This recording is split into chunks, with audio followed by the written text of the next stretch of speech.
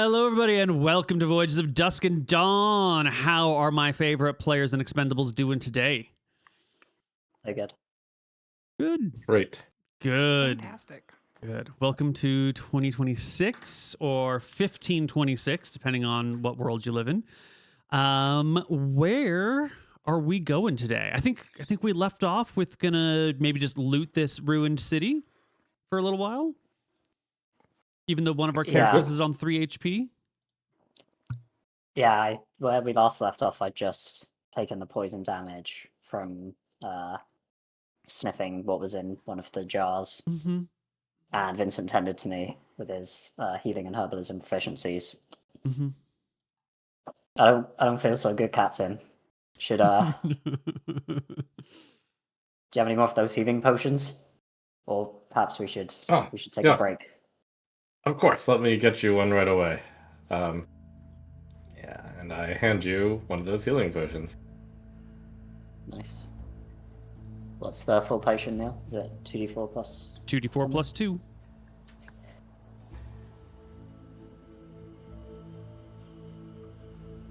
Eight hit points. Ooh. That's very nice.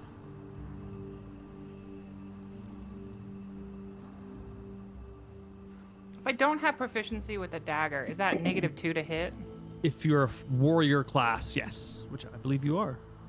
And then if I just was handed a +3, we think, dagger, would that mean get a +1 ultimately? +1 to hit and +3 to damage. Yeah. Okay. Seems like a... And I was going to say it'll affect your weapon speed as well. Yes. Oh, you're saying the magic bonuses or just having a slower, faster speed? I meant the magic. So is that speed 2? It's normally speed 2. It can't be below 0. Can't be below 0. Is that a optional rule or like a hard rule? I often forget about this. I think I have... It's a CSGO rule. Wow. 1.6 or nothing, man.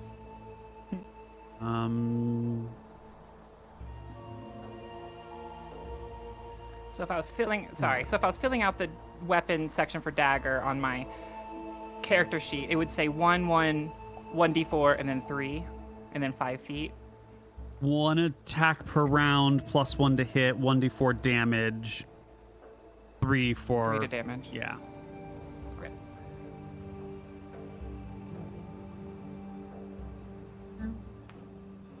DMG page 57 apparently. 57. Apparently.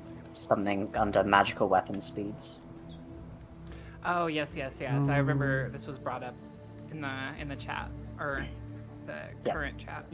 That is money and equipment, hit points of items. Yeah, I'm not sure about the page, but it's under something called magical weapon speeds. That's what Malsador said. Well, probably fine. We won't worry about it too much. Okay, I'll just put it to 1. No, I'm kidding. I'll leave it at 2. No, you can drop it to 0. That's all right. Oh, 0? Okay. So Yeah. I'll come along eventually and find some ruling, and Jordan will probably be right, as he always is, and then... Someone's got to be. I do remember that screenshot.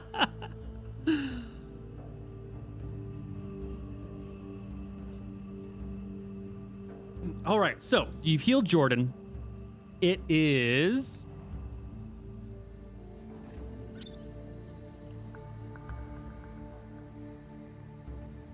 It is February the 22nd. And I believe we are still within the ruins. What's the plan? I think we left off in a ruin, right? In a tomb? Mm-hmm. Yeah, after huffing the fumes from the jar, which was not good. Yes. Is there any way that I can discern why there is a jar of poison fumes inside this tomb? What was the purpose of this thing? I don't. Are you asking me to just explain the nature of reality, or are you asking your companions what it might be? I'm trying to figure it out based off of my character, like using context or some such. Hell? Give me your best intelligence check.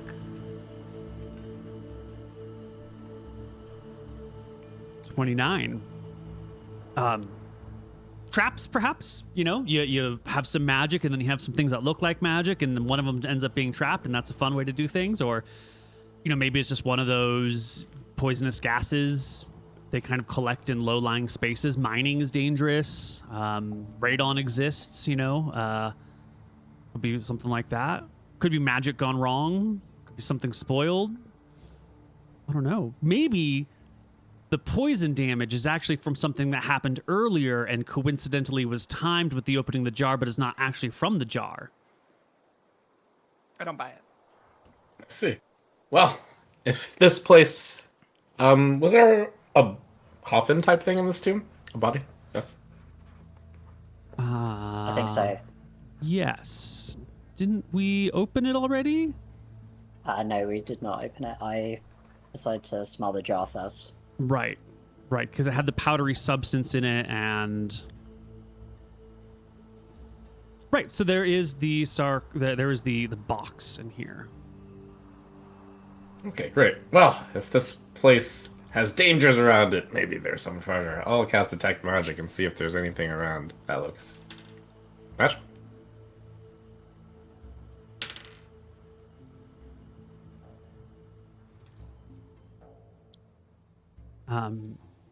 The only things that are magical are the things that are on your and your players, your companions' characters. No additional new magic to be found here.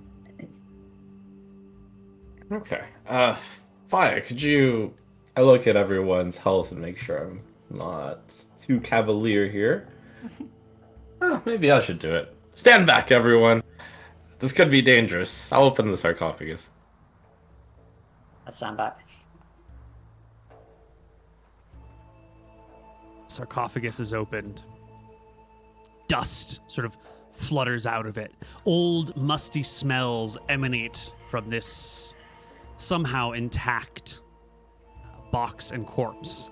You see a person mummified, bandages wrapped all the way around them, their face also covered. There's a clay mask over the bandages on the face in the shape of the person who probably was once in here. The face looks like a very old woman. The arms are crossed over the chest. Small little totems are held in the hands, and varying stones, some in the shape of holy symbols, you think, but they don't quite match the holy symbols you're used to. Like the symbol of Martha is 2 interlocked golden rings, but this is like 2 golden discs, like full discs filled in all the way, placed on top of her. There are some small stacks of silver and gold coins stacked around the body in a few different places. Some little jars here and there scattered throughout. But otherwise, just a mummy. Okay. Nothing magical in here, too, yeah? Nope. Nothing magical in here. Does this look like the main tomb or just an important tomb?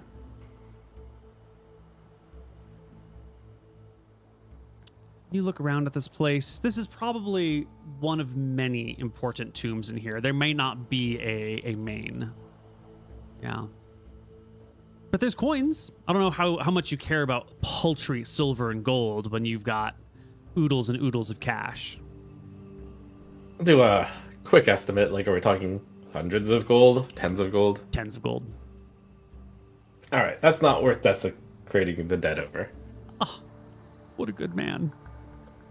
If it were more, we'd think about it. I'll gently lay the sarcophagus back up, and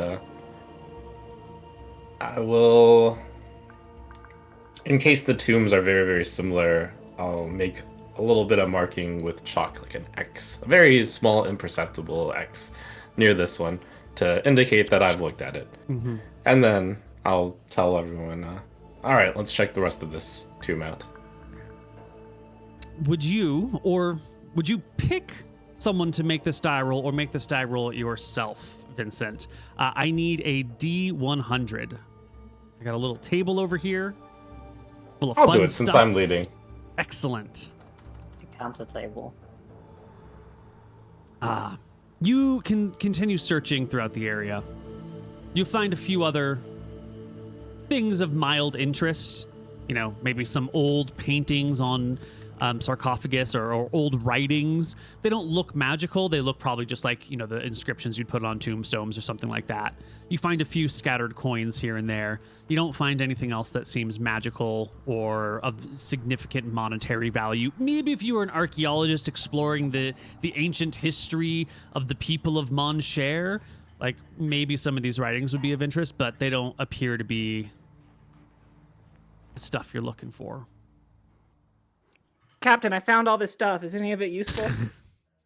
No, afraid it's all junk. Okay. I'll put it back. I start pulling stuff out of my pockets and just drop it. It clatters to the ground. How strange. Usually they bury some treasure alongside with their important people. I mean, Maybe someone's already been here. There's little bits of gold, but yeah, maybe someone's been here already. Well, they would have taken the small amounts of gold. Maybe.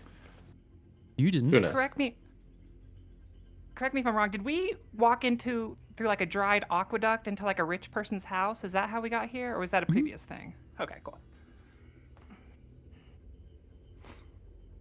So would this lead into their house, or is this just where they bury their dead? I think as I look around.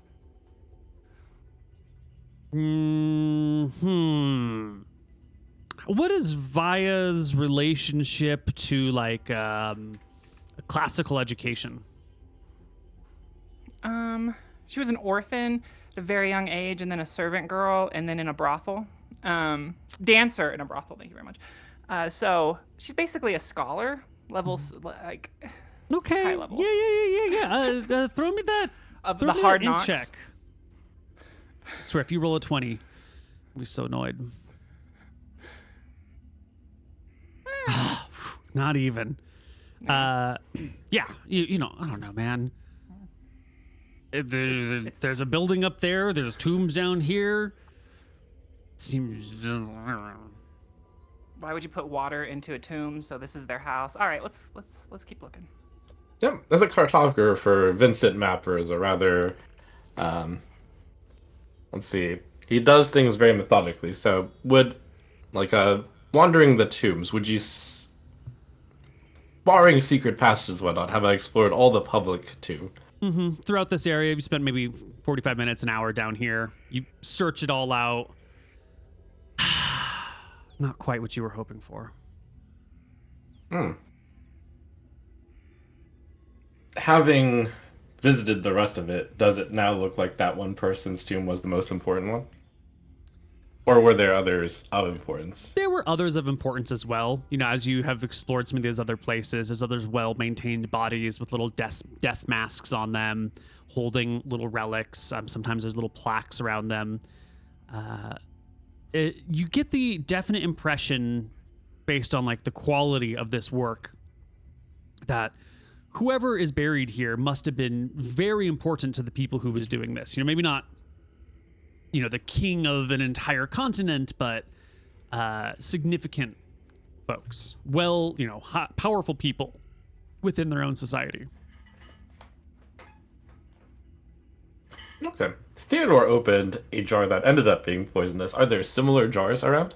There are other jars. I didn't, you know, assume you opened all the jars since the first one. A couple of them were. That one was poisoned. I just made the assumption that you might not open random jars unless you had reason to believe. Yeah. Oh, I'm starting to think that, you know, a jar of poison is valuable.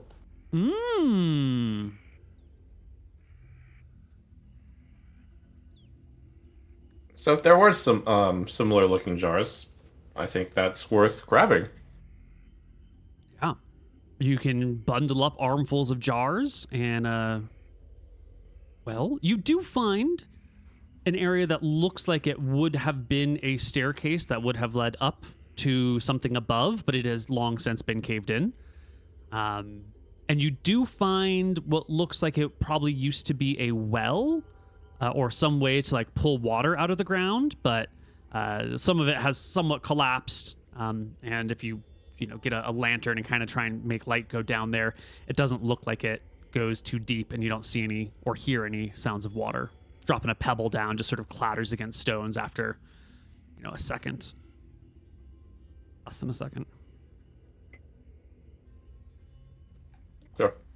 Can't win them all, then. I mentioned to the crew. Any ideas on anything we missed here, or shall we call it a... We've looked around here. Seems like someone's already been through here. We haven't found much. If someone has come through here, they must have been very respectful, because a lot of the stuff is carefully and neatly tucked away.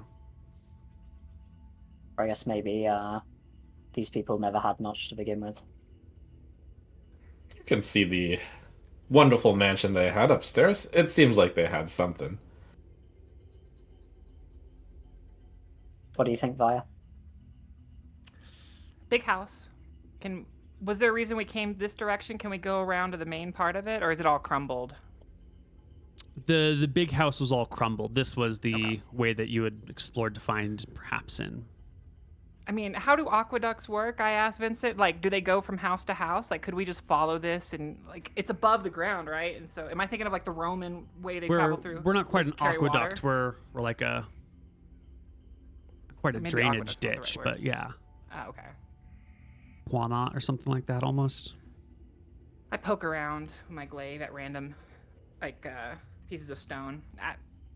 All feel pretty real to you. Oh. Yeah, I guess I don't. Yeah, unless there's a secret door that we have not found that magic wouldn't see. I think this is it.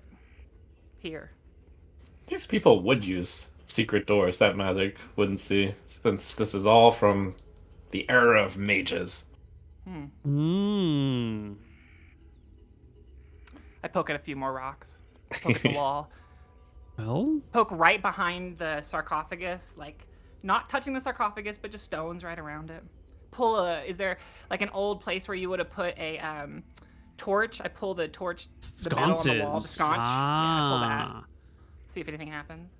Well, let's take a look here. Now it sounds like we're looking for secret passageways. If we had a half elf. Or a full Not elf. a full elf, mind you. No. I think even dwarves get something. Yeah. They could tell us how far we are underground. They could. That is one of their lovely racial abilities. I think back to previous crew and think if only we had a door for end. Oh.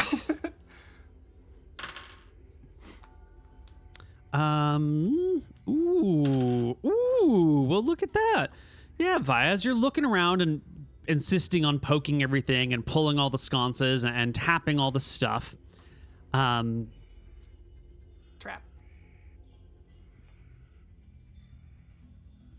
Behind one of these sarcophaguses, the first one that we started today's session with, the room that you looked in, you found this mask and blah, blah, blah, blah, blah. You're in here and you're poking around and tapping on things. And, you can sort of tap gently, or you can like bang, bang, bang and kind of see if anything is actually loose. Because a gentle tap's not going to reveal much.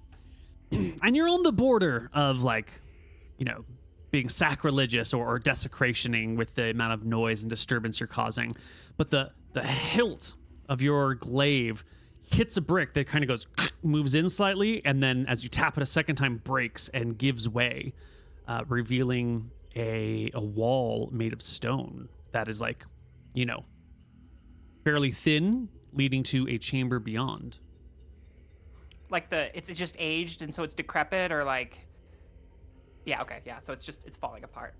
Captain, could be a look what I falling apart found. wall, could be a hidden wall, maybe, who knows? Oh, you found the secret! They always have these fake tombs, and then the real tomb is behind it. So, is there a way that opens this wall, or does one break it to get in? You haven't found the original method of opening, but Vaya has definitely sort of knocked loose a stone, like a brick that's like, a foot thick or so. Just thick enough to block a detect magic spell. Oh, there must be some mechanism that opens it somewhere. Fan out and search, and I'll cover the sarcophagus, and I'll gently move the body out of it, and then check the sarcophagus for the secret switch.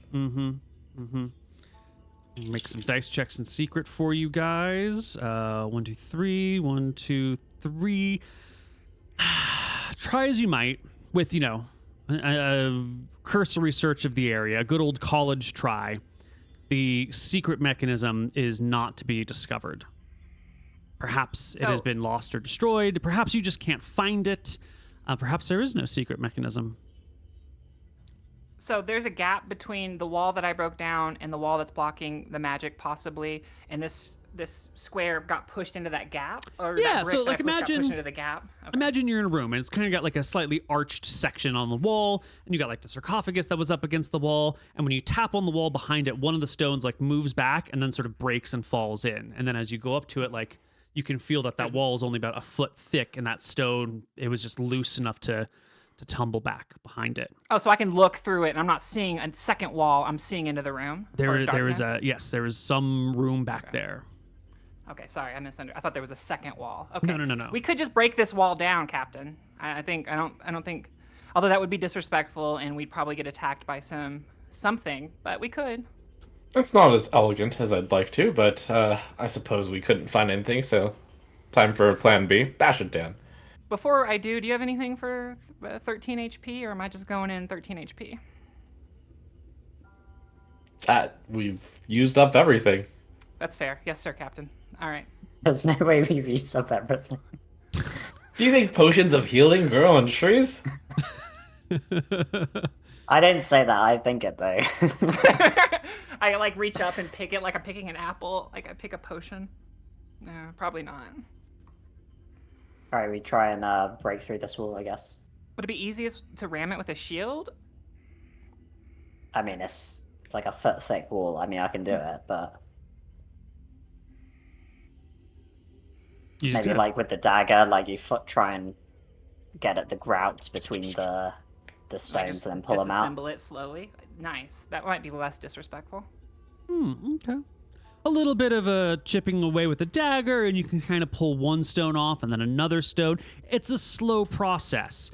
Thankfully, there's no one here to stop you. There's no guards that are going to come running. The only problem is that maybe night will eventually fall, and it seems that at nighttime the place becomes a little restless and monsters show up. But so as long as you keep an eye on the sun, but also you're underground and nowhere near the sun, so it's fine. You're not in any hurry. It'll be okay.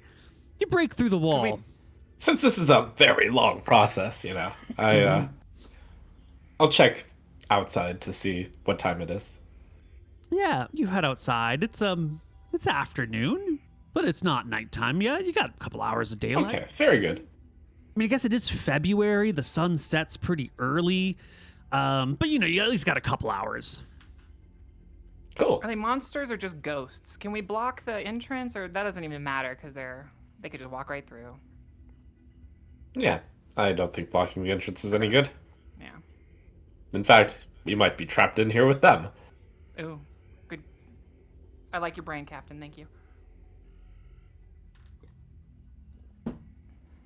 Well. Beyond this area, what's our light source again? Is it I have a lantern on me. Lantern. Thank you. All right.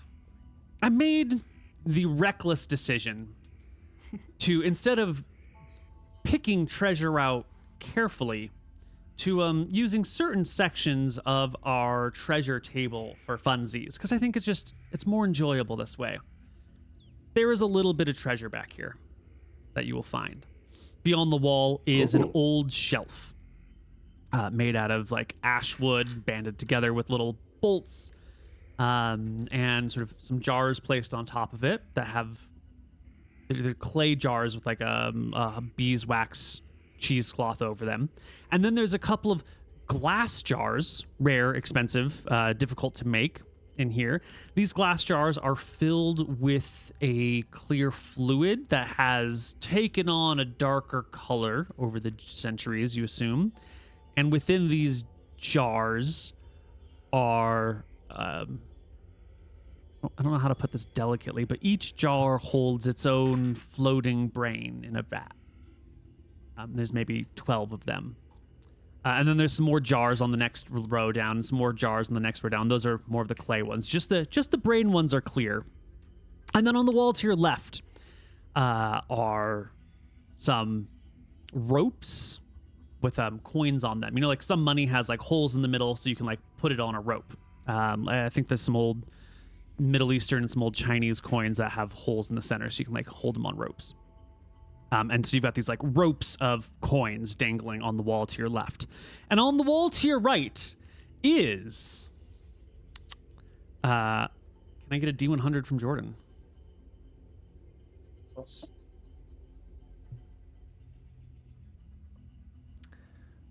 $59. Ooh. Ooh. That's a good roll.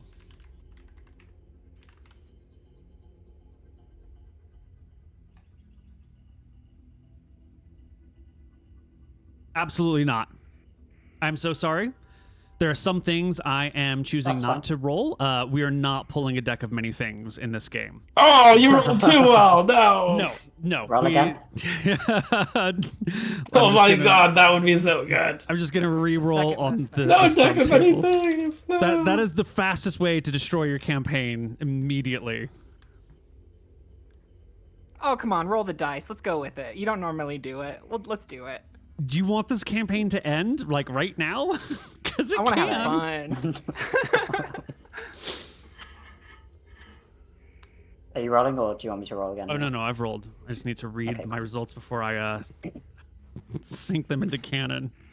So if like you have to kill the leftover parts of the human that was the Reverend, are these brains existing in the jars keeping the ghosts outside alive? Should we burn these brains? I Have you seen ask. anything like this before, Captain? This is a very strange preservation method. Perhaps they believe, or perhaps it's even true, that they thought they could leave their minds available for future generations. But why wouldn't they just keep the whole body here? Why just the brain? Yeah, easier to space to preserve hide it. just the brain. Maybe this is their defense mechanism. I mean, the brains that are hidden. I need you to roll me another D100 there, Jordan. This is all. That section of the table is just too strong. No, Oh. It's just Roll a little bit worse. What was the How's second that? thing? Was it a wish How's that? scroll? 64 Neal. That Very seems like nice. it's also might be problematic. Perhaps. Darren's Instant Fortress was the next thing, which is a small cube that grows into a 30-foot tower filled with arrow loops and adamantite walls. Who is using these items? I don't know, but we're not gonna worry about it too much. Ooh. On the wall to your right is a suit of full plate mail, and Via. Wow. Will you also roll? The plate mail, it has this almost greenish tint to the metal. It's not steel. It's got to be some sort of weird steel alloy or something. It's unlike anything that you've seen before. It's sized for a person maybe 5.5 feet tall. It has greaves. It has pauldrons. It's got the whole thing. It's got the chainmail coif that comes around it. It's got the helmet on it, and it's sitting on a little bit of a mannequin. And I'm 5 foot. Is this my AC gift? 5.5 feet tall. Look at Captain. That's plate I mail. guess It's I'm only heavy. 5.2. Oh yeah. Maybe it'll fit you. You'd have to try it on. You rolled a 77. I'm already on light. Magic glaive. Magic glaive. Magic glaive. Plus 18 glaive. Arming sword. Probably more likely. Arming sword is far more likely. Unless this is ancient and they were warriors. Because ancient warriors use glaives in my head. All right. It is a pair of short swords, each held in its own. It almost looks like a shark skin scabbard that hasn't rotted away over the centuries somehow. The pommels are made out of pearls. The cross beams are, again, that same sort of odd greenish metal. Not like green, but sort of like, metallic green. Is it possible one's made of shark skin and the other's made of alligator skin? Is it a little bit rougher, maybe? No, I'm sorry. They're both darn. Some sort of like rough fish-like skin. Yeah. And Vincent, would you roll me the last D100, please? Ooh, sitting on the ground. Yes, there's the suit on the mannequin, the weapons beside it, and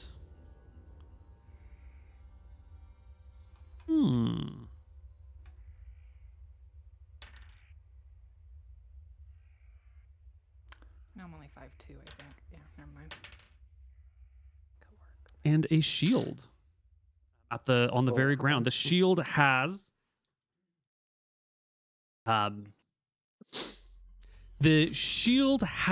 a sigil on it. The sigil shows sort of like a tower, like a, I don't want to say like a childish drawing of a tower, but an oversimplified version of a tower where it's got like 2 floors with like 2 little with 1 window on the 2nd floor, a door on the ground floor, because there's only, ground floor, 2nd floor for those of you who live in weird places. And then the very top of it kind of extends a little bit wider, as if like the roof of the tower has almost a hat that sticks out with parapets and across it. Underneath the tower, however, it doesn't just come to a dead end. The bottom of the tower looks like the bottom of a rough stone. Let me see if I can make a drawing to make more sense of this, because it might be important. Do you have like the lobby and then you have the 1st floor, which is really the 2nd floor, and then no. Got like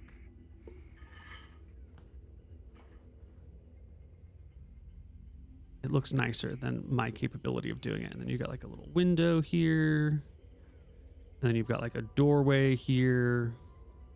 But then the bottom, sort of like a rough rock.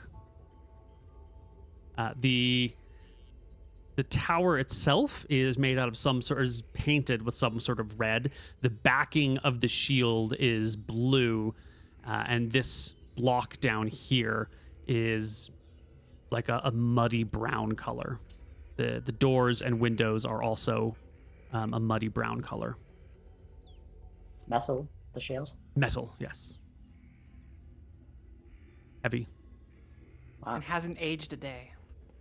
Paint is intact. The gods blessed us. What an incredible find. Hopefully you're strong enough to carry this away. Yeah, I take the shield now. All right. You lift it. It weighs 16 pounds. Okay. Same as my current shield then? Mm-hmm. Cool. I think I might just toss my current shield. Or do I need to write down anything for this, Neal?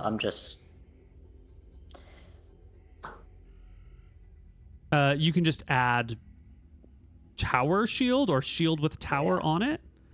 Shield with tower. Okay. I'll reach for the short swords and pick one up. Kind of They're take light. It out of the sheath and like play with it a little bit. They're rough in your hands. They're well balanced. The blades of these are that same sort of matching greenish color to the piece of plate. And as you take a closer look at them, you'll see that same inscription, that same like tower symbol etched into the section on the blade just above the handle, what was hidden by the scabbard. Would having 2 blades help you at all? You can dual wield if you are proficient with that style. If you're not proficient, then it's -2 with your main hand, -4 with your offhand. useful for someone, but maybe not us. Okay. I'll just carry him if I can. What's the weight of 2 swords? What's the weight of 1 sword, I guess? 5? No, for short swords, I think it's like 2 or 3 pounds. Let me double check. Short sword, 2 pounds.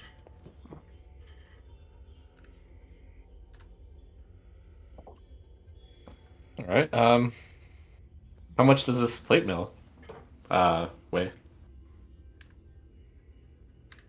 I think it's 55. Plate full 60 pounds for the full suit of plate. That's gonna put me in like heavy or severe. Yeah, same. How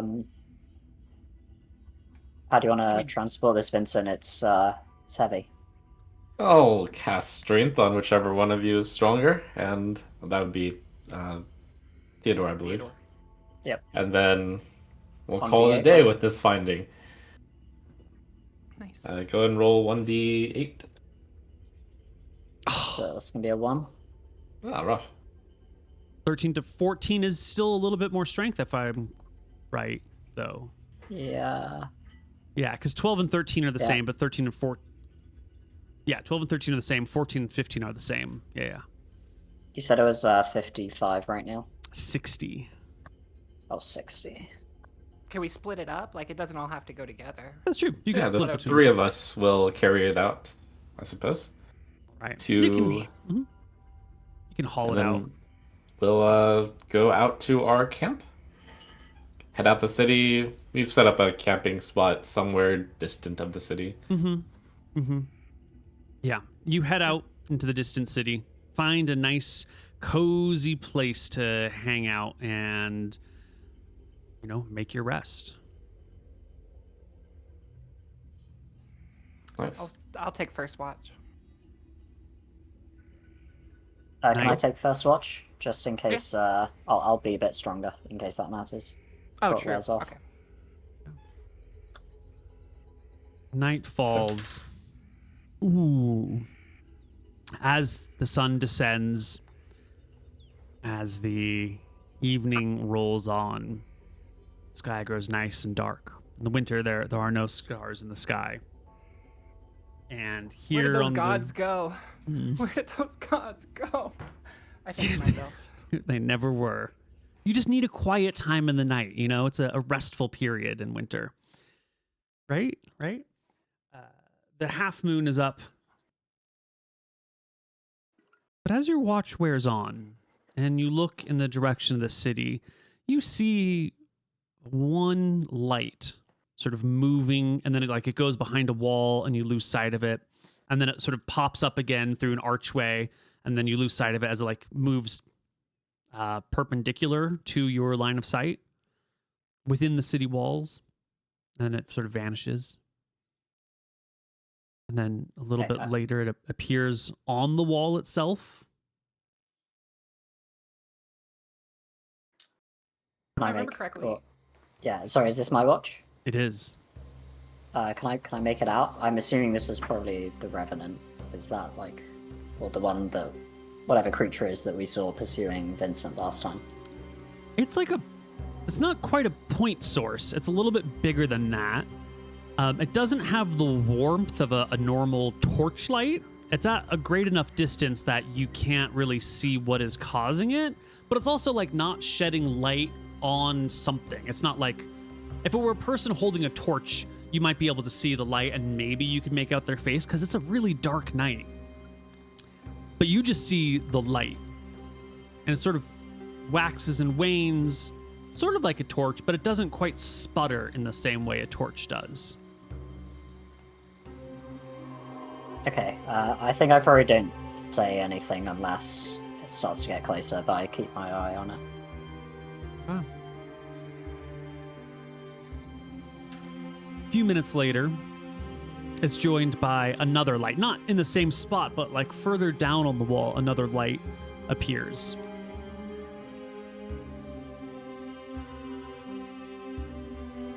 And what's been is there any logic to the route that it appears to have taken? Yeah, I think so. I think it looks like somebody It almost looks like a guard who's patrolling on the inside of the wall and then came up to the top level of the wall and is walking along the top level of the wall.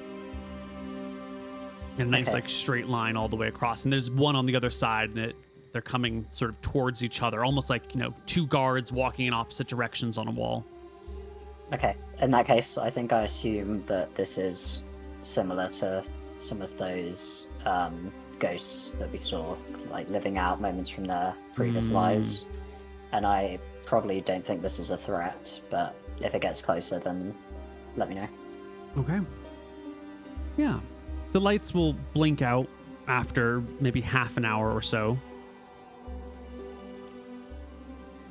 And then like another half hour goes on. It's just been dark. Dust is around. And then the lights will appear again, but this time it's not 2, it's maybe like 30 lights. And they all they don't blink on all at once, but they all come up over a period of 2 minutes, just sort of. Terrifying, kind of. But they're far away. Yeah, I don't bother anyone with this. Okay. By the time it's time to wake up Vaya for her watch, they're still there. Okay, I wake her up and explain what I saw. Looks like maybe more of those spirits that I saw the first night. I don't think it's anything to be worried about, but just thought I'd let you know. Are the 30 moving right now, or are they all staying still? They are all moving. They are all in motion, crossing back and forth, passing each other. Most of them are on the wall itself. Some of them are down below the wall, but like on the inside of the wall, so you can only catch them occasionally in breaks of the wall. And as the two of you are, exchanging and watching these things, you'll notice that some of them go across the wall, but then there's like a light below them. But the light below is definitely on the inside of the wall, and you're only able to see it because there's a break in the wall, and yet there's a light above it as if the wall continues above. So there's no way that could be a person walking unless they can walk on air. As if there used to be a floor there that they could walk on. And Absolutely. They're reenacting walking on that floor that is no longer there. Mm-hmm. I concur. I'll keep my eye on them. Okay. Well, that's it. The night passes. Eventually, the sun rises. The city is still there. Nothing came out to get you. You're nice and safe. Do we go back in again? Do we keep exploring the city? I think so. First, we unraveled the boat in its entirety, and we stashed the plate mail in it, if that seems reasonable at all. Mm-hmm. Totally reasonable. Out here and with the soft dust everywhere, you think it's fine. Can I put the 2 magic swords in there too? I don't course. think I can carry them right now. I'm gonna take them off Absolutely. now. As long as someone remembers to mark all of this stuff on the boat.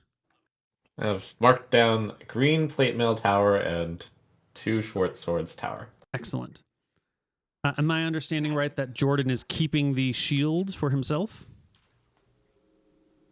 Unless anyone objects, and I doubt anyone will object. Please. Sounds good.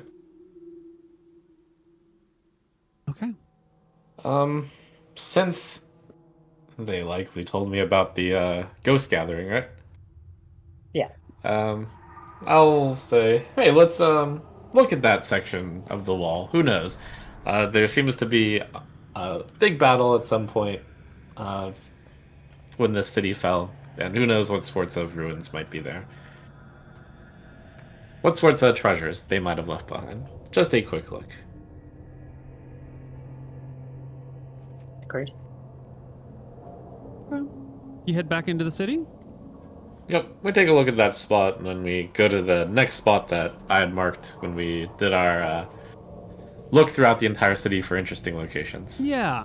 You don't see any footprints in the dust, and if anything had walked here, it would have left footprints. The wind is very still today, or at least it has been so far. As you head back into the city, though, the wind does begin to pick up, and in half an hour you find yourself in a frustrating and blinding dust storm that picks everything up and creates full whiteout conditions. The winds blow around you, limiting your ability to see anything, especially because it starts like getting in your eyes, and you need to like cover your eyes, otherwise you'll obviously get blinded. The three of you end up having to hunker down against a wall, huddling nearby with like cloaks or clothes pulled over your face to keep the dust out of your lungs and out of your eyes. This lasts for... Sorry, we fought that statue yesterday, right? Yeah. Okay. The clay golem. I was just thinking about health since we haven't done yeah. much fighting, but we fought it yesterday, so nothing. Was it yesterday? I couldn't... It was either yesterday or the day before. I've forgotten. Can I have +1 to my health? No, because you adventured and you broke down walls and you climbed all over things. You weren't chilling.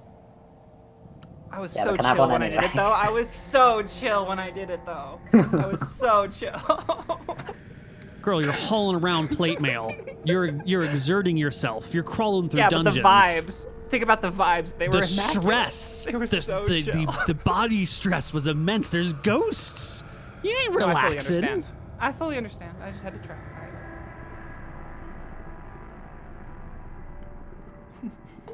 The dust storm lasts the better part of the day. It takes 7 hours before it begins to abate.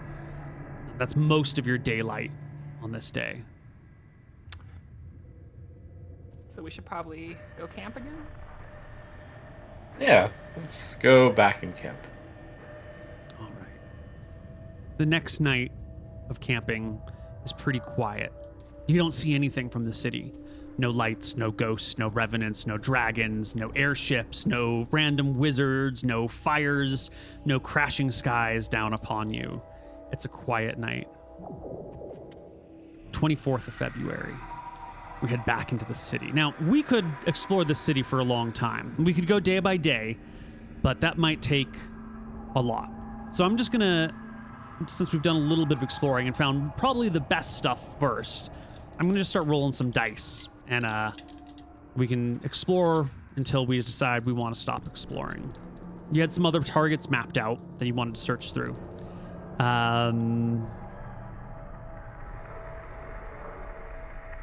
You know, I know I said that you find the best stuff already, but sometimes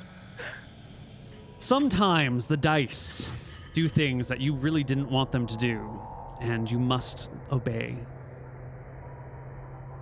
Deck of many things. Deck of many things. Maybe at the end of the session, we'll fake some deck of many things rolls to just see how badly it would have derailed things. I would say yesterday was a super chill sandstorm day, though. Right. Maybe you could just use some rest in a town or on a boat. Yeah. You know, not in the desert that's like super dry, that hates you. 100%. Where are you getting your water from? Like, there's water on your boat, so I think every now and then every night you have to refill your water skins from the boat. Otherwise, you would have run out by now. I know you carried some extras with you, but still. Being in a desert is brutal. You probably need like 1.5 gallons of water per day per person. That's a lot. Okay. Wow. I can't believe rolled a natural 100. Vincent, will you roll me a D100 of your own, please? On another 100. Roll it again. I should have said roll me a D60, but that'll do. That'll do fine.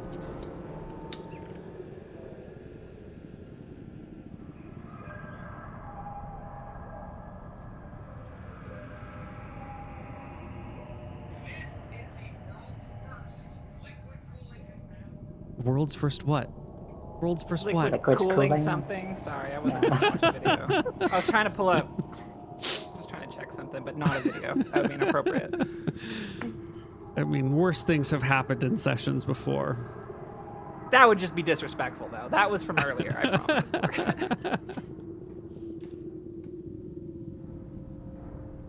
Oh.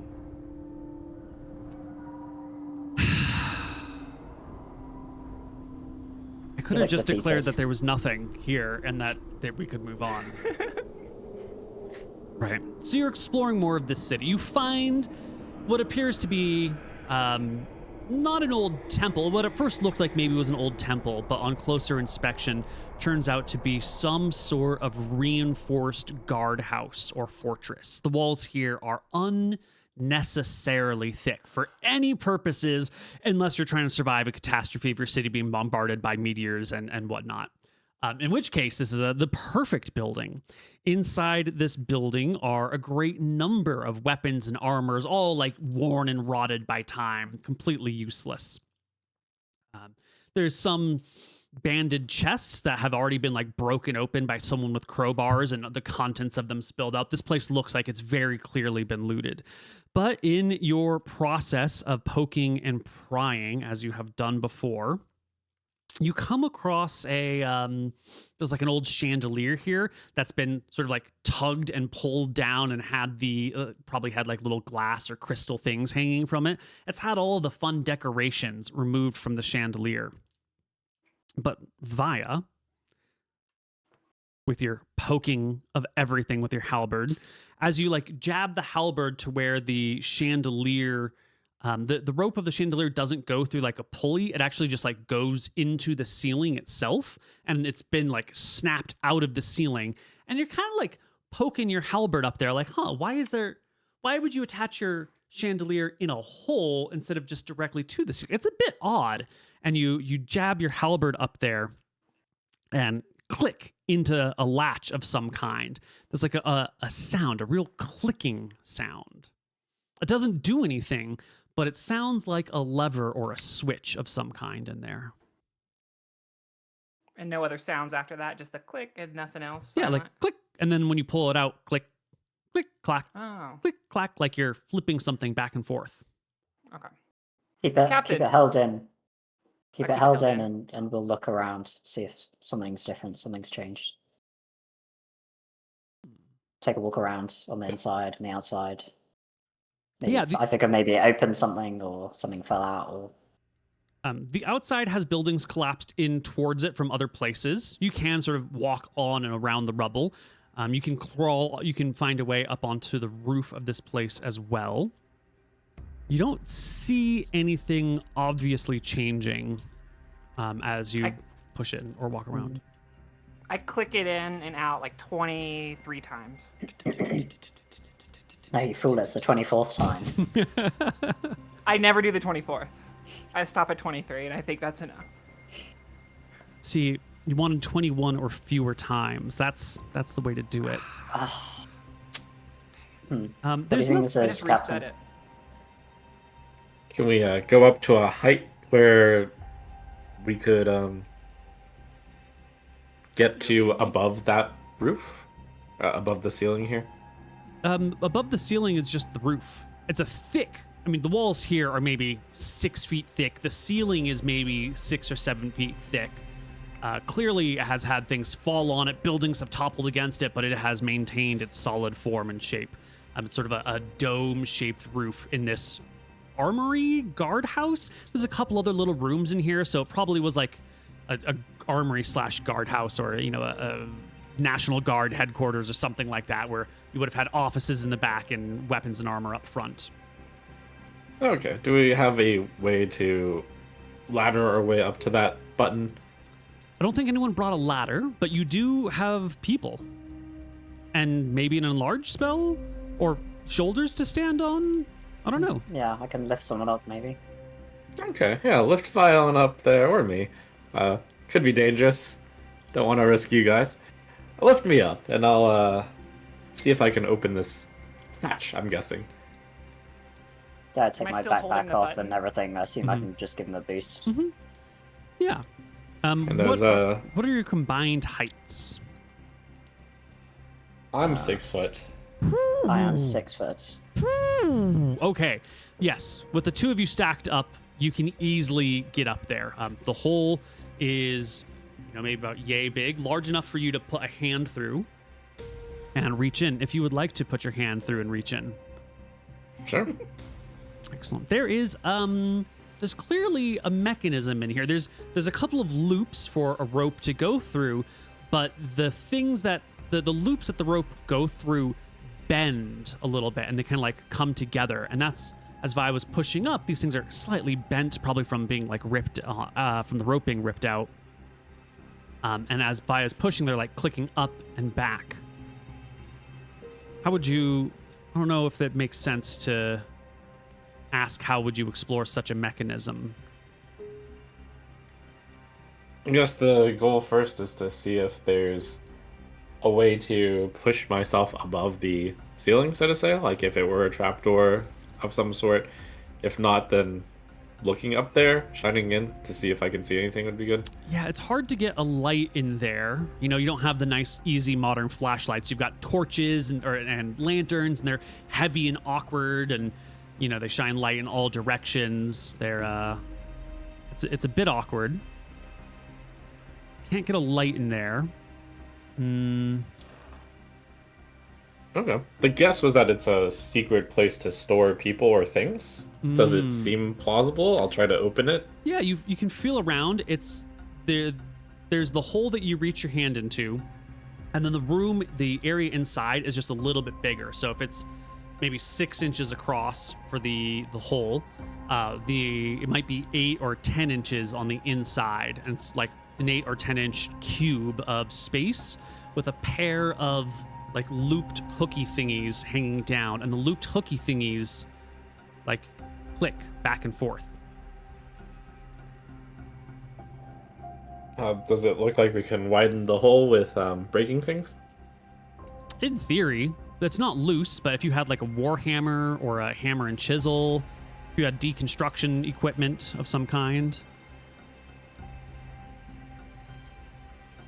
Okay. That seems like a good thing to deconstruct then. I mean, the first part is we see if we can open it through a mechanism, but it sounded like no. Well, I'm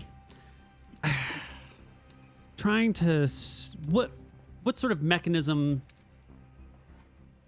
We'll like play around with it. I'll tug the rope a few times in different increments. I think that's the only thing you can really pull here. Yeah, and I think the questions I'm asking don't make sense. Why don't you just give me a straight up int check? Cool. I think that's probably the best way to handle this. It's 21. It's barely a pass. You can feel that these things, these loops that would hold the rope, are bent at a weird angle. And the way that Vaya is poking at them is causing them to go in one direction. But if you put your hand in between these and sort of push them to the other side, they click a lot more easily, and they fling all the way over to the side, and that unlatches something. A wall on the back of this room down below you begins to slide to the left. It slides maybe 6 inches before you hear this like and then there's a bit of a thud. Little dust falls from the ceiling. Something somewhere in a wall behind has broken and crumbled, and the latches above you will not go back to their center position. But Vaya and Jordan down below, not Jordan, Theodore, Vaya and Theodore down below can see that this wall has slid to the side. It works, Captain, or it sort of works. Seems like this door's supposed to open, but with all the damage, it's only slightly open. Oh, very nice. Wave in the hole. Let's check it out.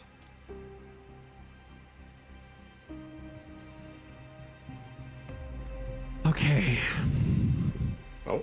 Will each of you please roll me a d6? 6. Oh my god. 6. One more. Oh 6, my. 6, 6. One more? Ah. That'd have been cool. You find 15 cloaks that have been well preserved in this area. They are not made of burlap. They are not made of cotton. They are not made of chiffon, although that's a weave, not a material. They're not made of hemp. They're not made of jute. They're not made of sassil. Probably not silk, but something closer to silk. Not quite silk. It's not woven metal. It's a fabric that you are unfamiliar with. I'm fairly none of you were involved in mercantilism or textiles, I think. And would have known what this was made of. I am a merchant. Yeah, well, I mean, you did a little bit of merchanting, but you're a mapper by trade, right? I guess there's a few years of merchanting there. This is an unfamiliar material. There are pins on each of these cloaks, and the pins match the same tower symbol that you saw on the shield and the armor and the swords. Interesting. That was like in a completely different part of town, right? Completely different part of town. You think these are all magical, Captain? Could be. These do seem well preserved in a secret area. They're I'd pick one up and put it on. Yeah, they're a gray material. The pins are that same weird metallic green with the castle on them, although it's not painted in the same way. You put it on. It's very lightweight, fairly thin. It flutters about... So there's 15 of them. 10 of them are sized for humans. 5 of them are sized for like halflings or dwarves or, short folks. Is there a hood? There is a hood. Mm-hmm. I put the hood on and I turn towards the wall where only the cloak is facing them, and I say, "How does it look?" Vaya does blend in deeply with the surroundings around her. She is like 90% camouflaged with the wall. Try it. Try against something else. I can hardly see you. Oh, really? I was hoping it just looked good. I thought this was very stylish, maybe retro, vintage. I walk over to like another texture. As she walks, it becomes very clear that it's a person and a cloak. The gray just is fine. Mm-hmm. She walks to a different section of the wall, and when she stops, like as she comes to a stop, the cloak sort of moves back and forth because it's a little lightweight.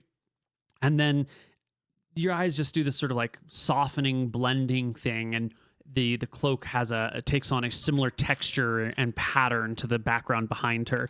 And you watched her move here, so you can still see like the shape and the outline, but you feel like if you walked into this room and didn't know she was right there, you would have a hard time noticing her. I will write 1 scrag cloak on my... No, kidding.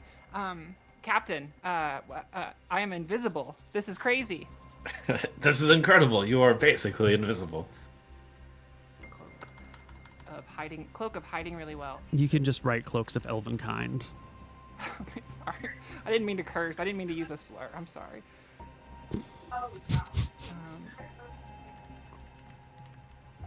What an incredible find. I put an extra cloak in my bag, and then I take one of the halfling cloaks and take it too. You're only taking all of them, right? You're only taking 2. For me, I imagine I'll help carry the rest back and put them in the ship. Yeah, but I want an extra one, just like. Well, this has been a very profitable adventure to this island.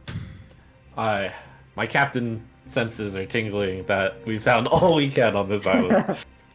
Don't push Neal's I am a slave to the dice. What I want does not matter. I will always play fairly. How much do these weigh now? Because I'll just bundle everything up, or just negligible. They're a pound each. They're half a pound each. They're lightweight. If you wear it, you can just include it in the 5 pounds of clothing you should be wearing. Okay, cool. Yeah, I'm gonna wear one and then just bundle up the rest. All right. You pile them up and head back out. Whew. All right. Well, let's All right, let me see if you guys are gonna remember. Because suddenly I remember, and I'm just testing you all. What were we doing prior to coming to this island? We explored Gap Island. That was the last thing we did. Yes. Was there anything else we were looking to do in Monshare? No, you had that memory about a big treasure trove being there, but it seems that it had already been discovered and anything of value had been taken. Mm-hmm. Okay. I don't do that thing with the cloaks. We just take them all and put them in the boat. I'm just wearing my one. You're just wearing the one. Okay. Yeah. So the boat should have 5 diminutive cloaks of Elvenkind. And are you all wearing one of these cloaks, or is it just? I'll wear one. Okay. Then 7 normal-sized cloaks of Elvenkind. Can we take the halflings too? Yeah, that should be on the boat. Okay.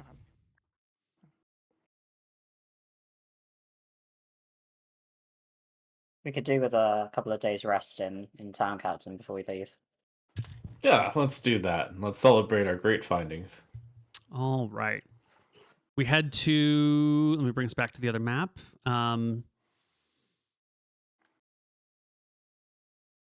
There's a bunch of different places here. What is this a monster? This yellow doodle? That was your drawing of the map. That's my drawing? That was where the clay... that's your drawing. That's where the clay golem was, and then it broke out. Oh, right. Okay, it looked like a creature. Here's Monshare. There's a whole bunch of different places. Where would you like to go? Let's see. If I remember right, Christine Keep is the place where the treasures were supposed to be. Mm-hmm. Yeah. I think Wiley was waiting for us either there in Port Jasper. That's true. I think it would... they seem to offer up the public lodging at Christine Keep, which is actually where the treasure was supposed to be. They repurposed the vault, right? Mm-hmm. I think it would be interesting to rest up there, and since I'm well rested, I can poke around and see if they somehow missed anything during that week. All right. You head back to Christine Keep. You head back to Wiley. Okay. We head back to civilization. It's not a long ride. It's a long walk back to the boat through the dust. The winds will kick up the dust in your face a few times. Every now and then, you kind of get the sense that there's something shifting under your feet, but maybe it's just you settling in the sand and dust. But you can't help but remember that creature that ate Lynn that you killed, and the thought that there might be more. You haven't seen any since, so it's probably not, but there's this constant suspicion that something might come out from underneath, yet you're fine the whole time. I'll randomly poke my glaive into the sand, but yeah, we're fine. We're fine. Everything is fine. We get our way back up the waterways, back up the river, back to Christine Keep. Now, Wiley has been left to his own devices in this town for a week. We go pick him up at the sheriff's office. I would like somebody to roll me, probably Vincent, 2d10 for Wiley's activities. If you roll high, he has done something useful for the party. If you roll low, he has done something poor for the party. You rolled a 15. That's quite good. Wiley has uncharacteristically made friends.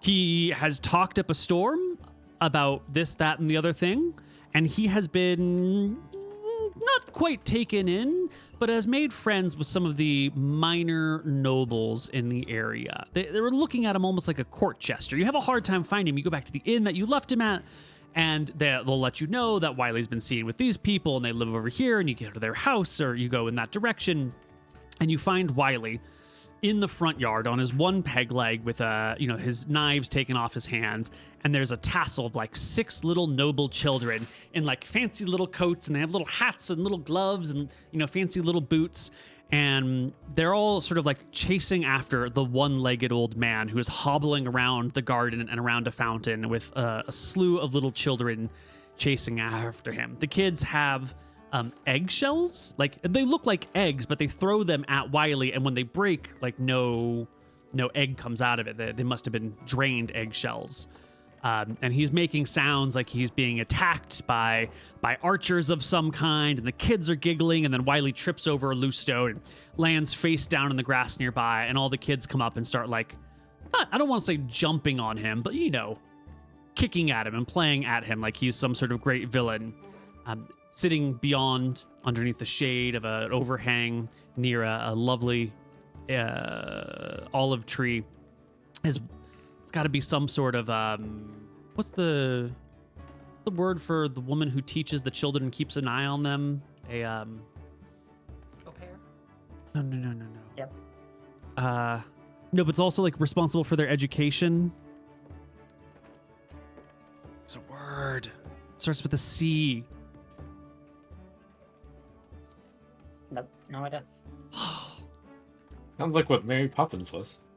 Yeah, kind of. What was?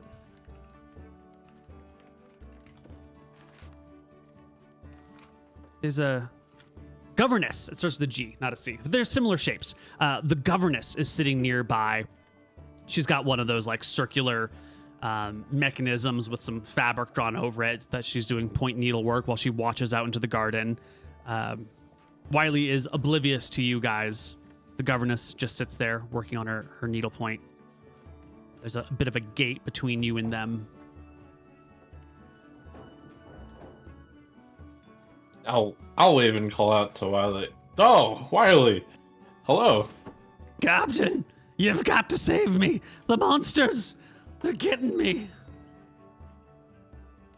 Oh no, don't worry, I'm coming. I wave at the governess to see if I can come in. She gets up, gently sets down her needlepoint, smooths her skirt, comes down the walkway towards you, opens the gate, and says, are you a friend of Mr. William? Why, yes, I'm a business associate of William here. I see. Please.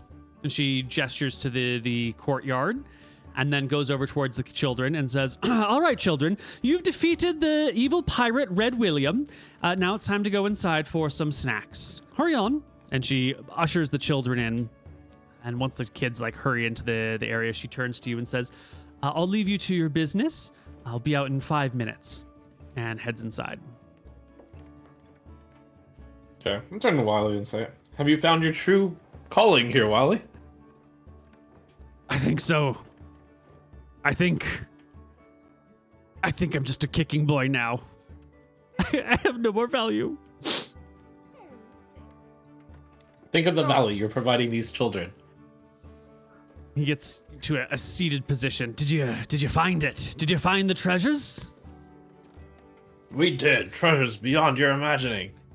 No, you're just pulling my leg. What'd you find, though? I put the cloak on and go stand by. I put the hood on and stand in front of a tree. He looks amazed. What?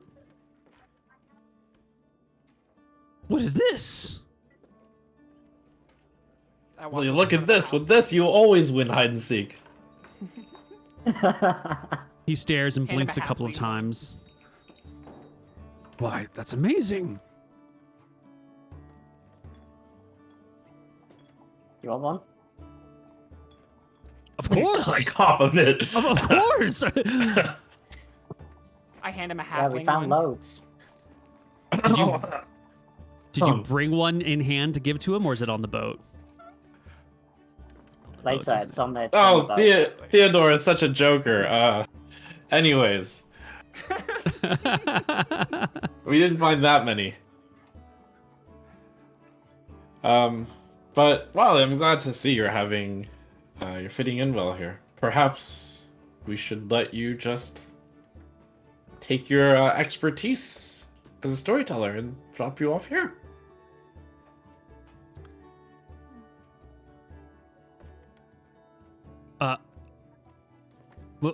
What? What?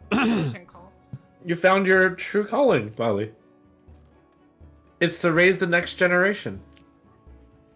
Turn them into good pirates. No, I've spent my whole life stealing from lots like this. I've built a whole career on robbing them blind and taking their things and... Now look at this. You're robbing them very slowly, again. That's the true secret to a good life. To rob people very, very slowly while providing services. That's just called a job. You know, I've never... Like that, Wiley. I've never been on this side of the rope before. I've never been fired. Are you telling me you don't find any value in my presence anymore?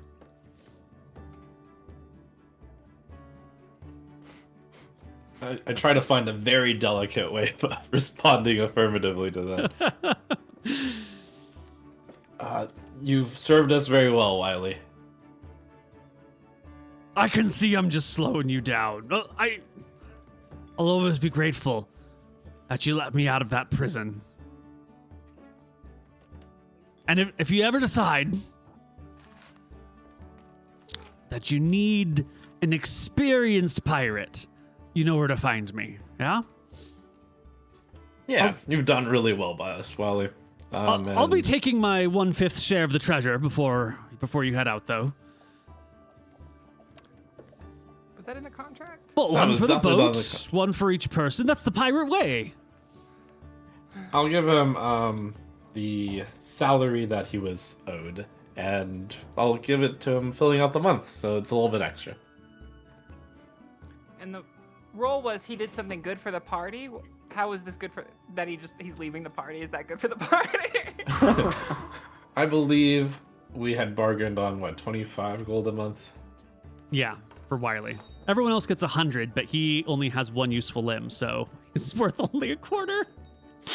But he thinks he's getting paid more than everyone, so I say, dang, Captain, 25? Are you sure? He's...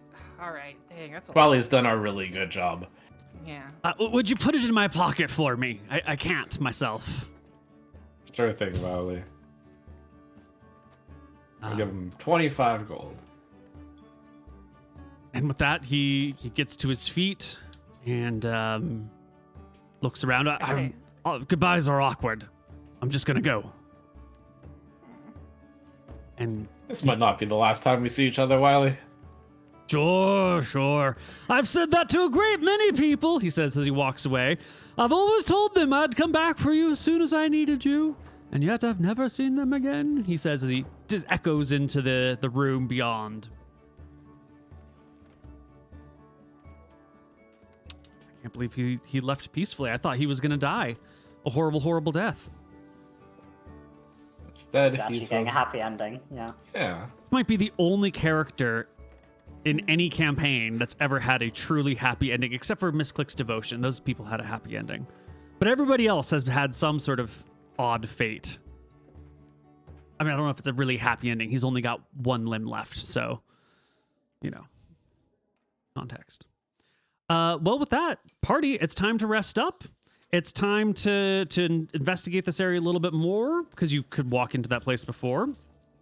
So how long do we need to rest? 3 days. 12 HP worth. 3 days if 4 you days. have 4 days if you have full bed rest and full medical care the whole time.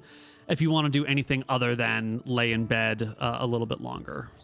But I don't know if you guys care whether you are living while resting. How about let's do 6 so that they don't have to just fully rest. Because we are in a top secret vault, and it can help if they look around a little bit. Excellent. I have one other thing I want to do while I'm in town. Mm-hmm. I want to go to the temple. Mm-hmm. And so I mentioned in the previous episode, but Theodore is fearful and respectful of the gods, and what he saw on the island with all the wayward spirits has been kind of troubling to him. Mm-hmm. So I'll go into the temple and take a knee in front of the shrine to Felumbra and pray for a little while. Going to say a little bit about what he witnessed on the island. So many wayward souls, that clearly something terrible had happened to them. He tried to do what little he could, like lifting the rock off the corpses of those who had been felled by it. But he prays to Felumbra that the souls can return to her as they rightfully should. And I put in 20 gold into the offering in front of Fullingborough and leave. That's a lot of gold. Yeah. A lot of gold. Do you feel like you were rewarded when you moved the rocks off of the dead? Or do you feel like you were punished for that behavior? You know, if the gods are controlling the fate of the world. I don't think Theodore thinks about it in that way. I think he sees it as, from the god's perspective, it's like someone picking up some litter or something like that. Like, it's a good thing to do, but in the grand scheme of things, like, you're not doing that much, but it's still a good thing to do. And so this would be the equivalent of me saying, like, to the gods, like, there's so much litter everywhere, like, I picked up one piece, but, you know, give everyone else the strength to do the same, and it might make a difference. On your way out of the temple, after making these prayers and donations, perhaps just as you're exiting, there is the pattering of sandaled feet coming after you. And one of the priests here, not a cleric, but a priest, an older gentleman, he's got like lifted up his robes to hurry after you, like puts a hand on your shoulder and says, "Excuse me, young man. Hello? I was cleaning the shrine after you left, and I think you've made a grave mistake. You've placed 25 gold on that altar." It was just 20, my friend. But the color was right? I nod. Is there something I can do for you? Are you in need of services or spiritual guidance? I pause at those words. Let's just say there are many dark things that have happened and many wayward souls, and they need all the help they can get. He bows his head deeply and respectfully to you, gives you his blessings, and sends you on his way. On your way. Okay, I don't think much more on that and head back to our lodgings. Okay. Can I do something real quick? Of course. I'm sorry, I can't let this stand. I try to find Wiley. The next day, the same day, 5 days later? How long does it take the for same you? day. Sure. The party leaves and you come back a little bit later. I find Wiley and I take him over real quietly and I say, "Wiley, now that your employment with Vincent is over, I would like to employ you myself."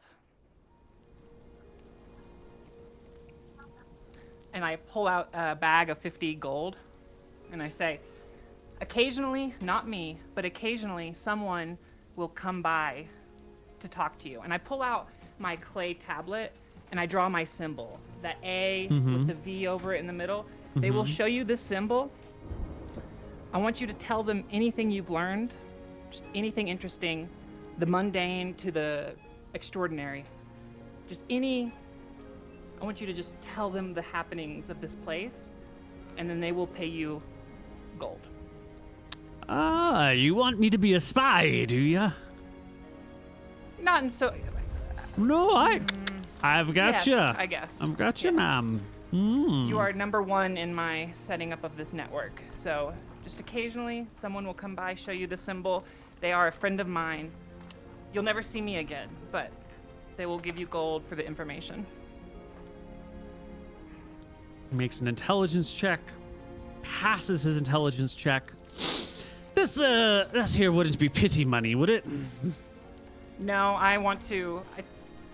you are joining a fresh growing organization that will one day become very important to the world. Vaya's You're an important Voyages? building block. Vaya's Voyagers. Vaya's Voyagers. Vaya's Vanguards? Voyagers?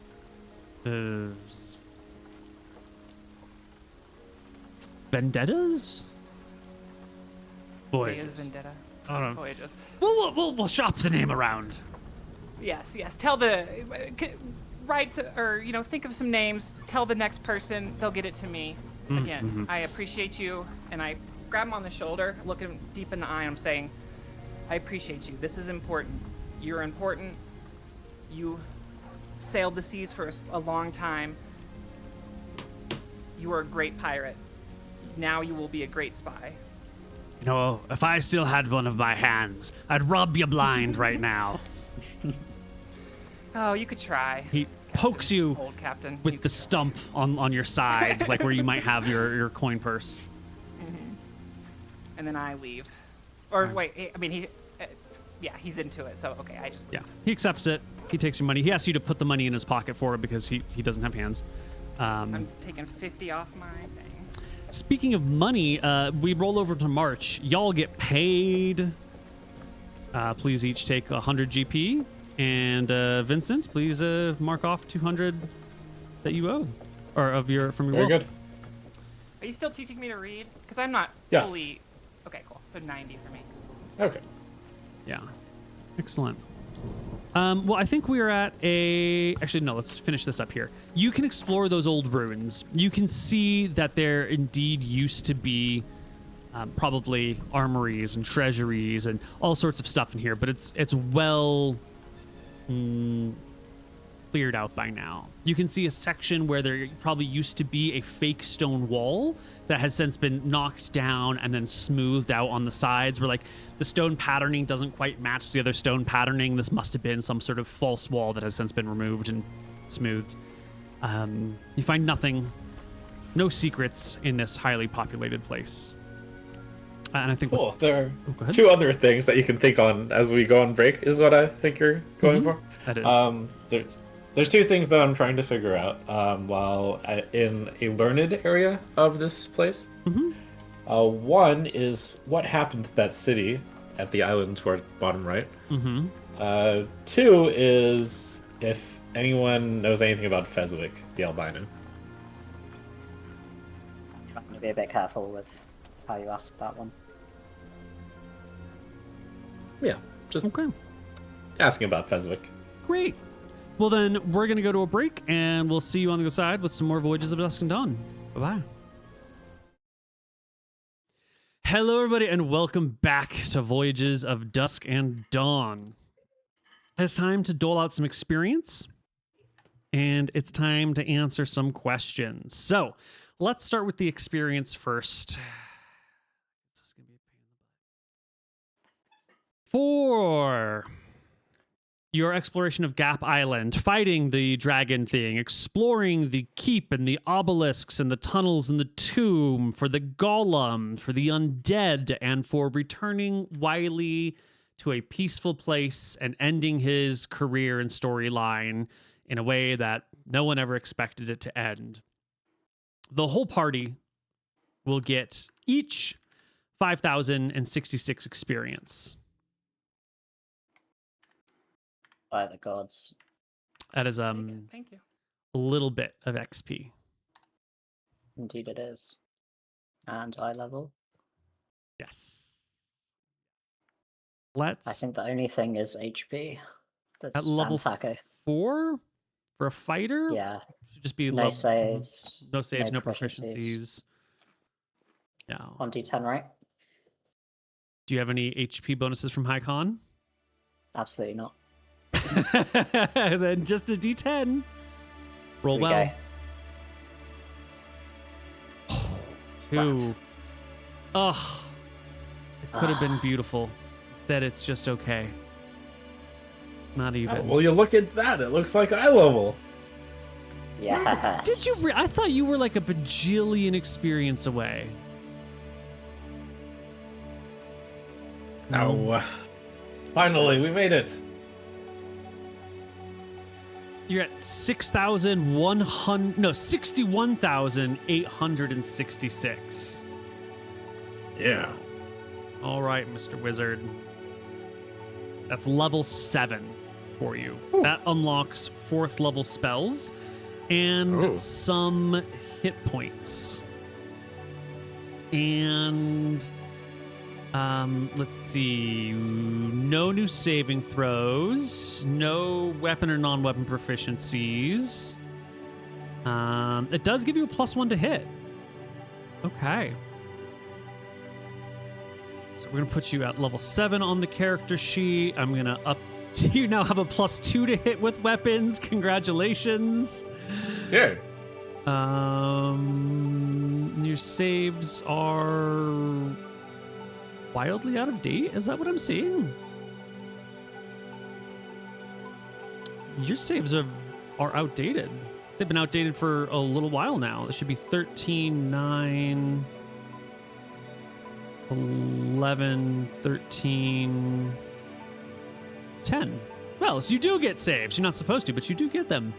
And you get some hit points. I believe we're using D6s for you, which is a non-standard, but I think that's what your character started as during Rise of Drekis.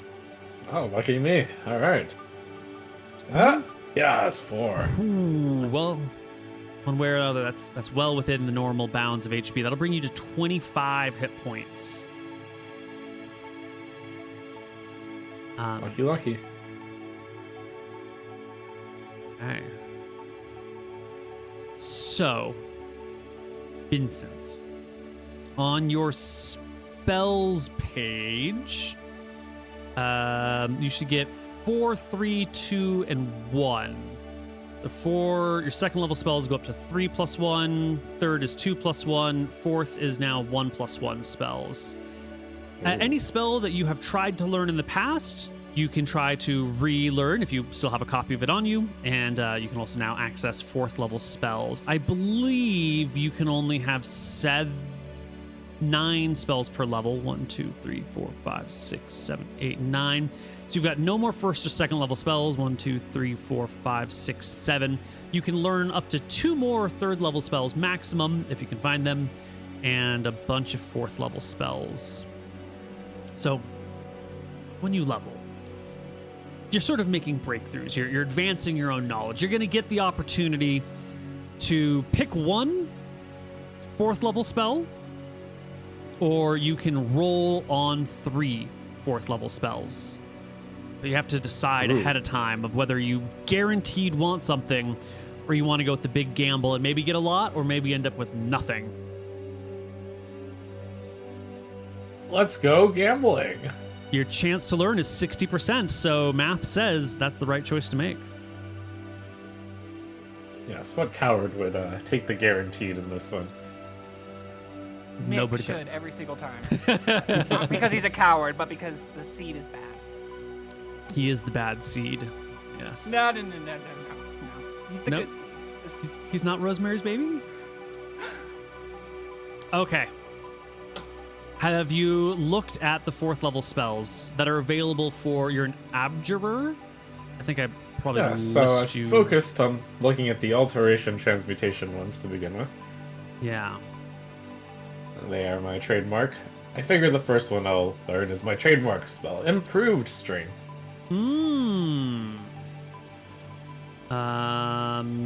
Improved strength. Improved strength. Is that why do I not see it on the list? I think this one has 2 alphabetical things, so it goes A to Z once, and then it goes A to Z again. Or, I guess it's just down there a little bit. Yeah. Never mind. It's alphabetical. It's alphabetical. Something... Oh, you're not an abjurer. You're an alterer. That's why I didn't see it. Okay. No. I was looking at the wrong list. By school, by specialty, you were a transmuter. Here we go. That's why I wasn't on the list. Okay. Improved strength. Just so we all know, it's basically the second level spell, except you can go up to 25 strength. and the rolls all have a +4. So you're rolling D8 +4 for warriors now. And instead of a casting time of 10 minutes, it's a casting time of less than a round. Ooh. So this is actually something you can do in combat. Nice. And normally your max is 18. This one says for warriors the max becomes 25. Yes.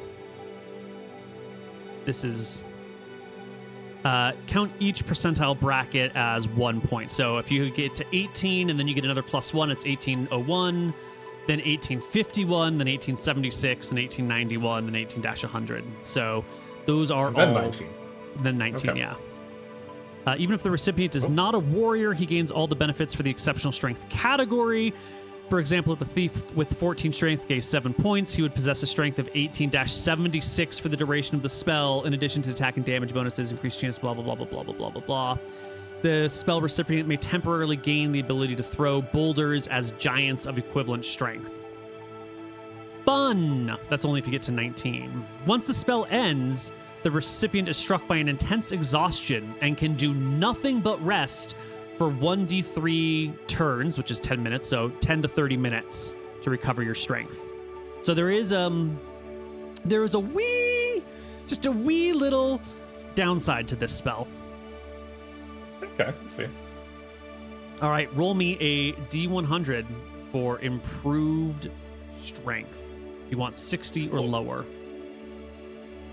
I don't believe I have these materials ready in terms of the components. This one says it's a strand of hair from a giant. Is that something I could reasonably find somewhere? Or... You would have to go to towns or cities to find these things. I have a little chart that shows the percentile chance of finding it in any given place. But this is typically purchasable at a place where there are wizards around. Giant. Also, Neal, this is within his specialism, so he gets an extra Ooh, chance to learn, I 15%. think. You're right. So you've got a 75% chance. All right, good luck, good luck. Yeah. One down. One down. All right, I'm going to add it to your character sheet. Improved strength. This is a good spell. That +4 is incredible. All right, what else do you got? Next up, Theodore was telling me about a cool little transmutation spell. I, from 5th edition, did not imagine such a spell could exist. It seems rather good. I think I will attempt to learn the spell that apparently makes you invincible? To some physical attacks. Magical too, right? No. Magic missile, fireball, they will knock a charge off, but they will still deal damage to you. Ah, okay. That's still pretty good. Alright, I will attempt to learn a stone skin. 75 or lower on a D100. He's got it. Yes. Oh, no. Okay. Is there a third spell within the transmutation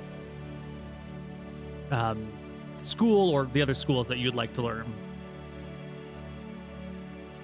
You can also try a third level spell if you want. You don't have to pick fourth, but it just makes sense. Yeah, will I not get another chance at this for a very long time? Like, until I get to 8th level, or is there a way to learn another? You can learn spells if you buy them from people or find them in spell books. So that usually requires you to go out of your way or to, like, come across treasure. Yeah. Under those circumstances, you can roll as well. Okay. You can't learn it from a scroll, right? You can learn from a scroll, yes. So But I it think we have does some scrolls, but consume we- the scroll to try the attempt. Okay. We have some scrolls, but I don't know if they've been identified. That's true, you did find some scrolls, but they haven't been identified. Mm-hmm. Can you tell me about how explosive runes works? This one seems fun. Am I allowed to move the explosive runes after writing them in a book? well, the runes become markings on the page. So like you can write it in a book and then move the book around. You could write a letter to somebody and put the explosive runes in the letter, and then when they go to read the letter, it blows up in their face. It's a lovely little assassination tool.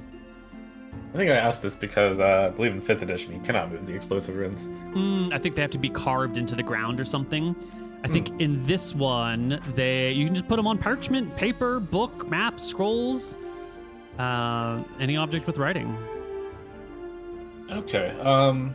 The wizard who casts the spell, as well as any he instructs, can read the writing without triggering the runes. Interesting. Can this be like a type of thing where you just unfurl in battle and hold it up to someone and it'll actually... Can you, like, throw it at someone? No, they have to actually attempt to read the page. Okay, so a side glance at it isn't enough to trigger. No. Yeah, you would have to, like, as if you were reading the object normally. The item upon which the runes are placed is destroyed, though, unless it is not normally subject to destruction by fire.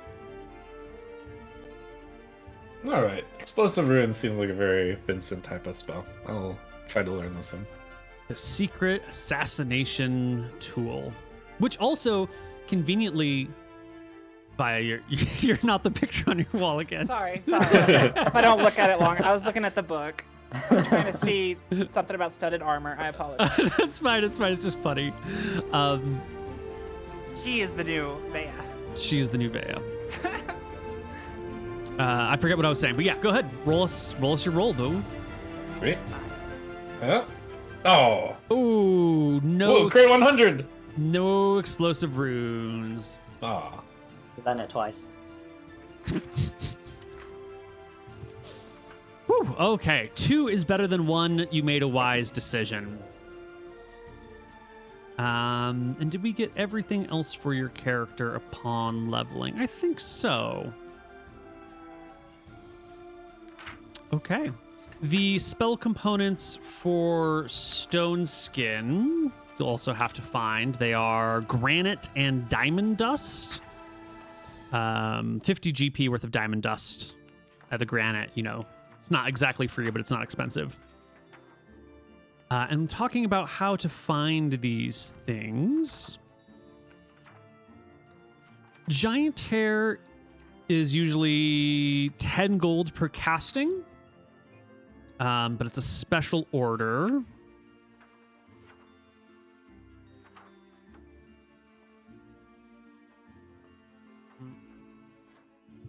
Diamond Dust, did we say, is 50 GP. Perfect. And that is also a special order. Let me get my handy dandy book to figure out where and how we can do this. Player's option, spells and magic.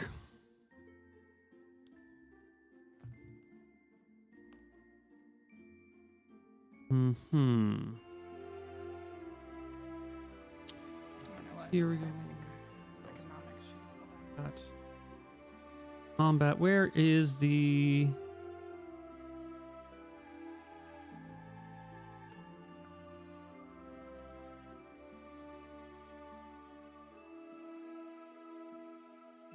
It should be in here somewhere. Other components. Okay, so cost, blah, blah, blah. Blah, blah, blah.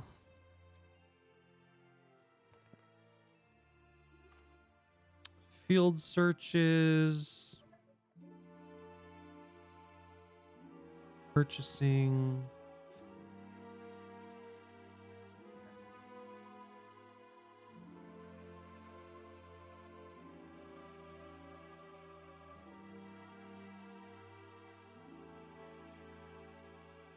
Where's the rule for special order? Items have a note, blah, blah, blah. Scarcity, blah, blah, blah. Be right back. Of course, take your time.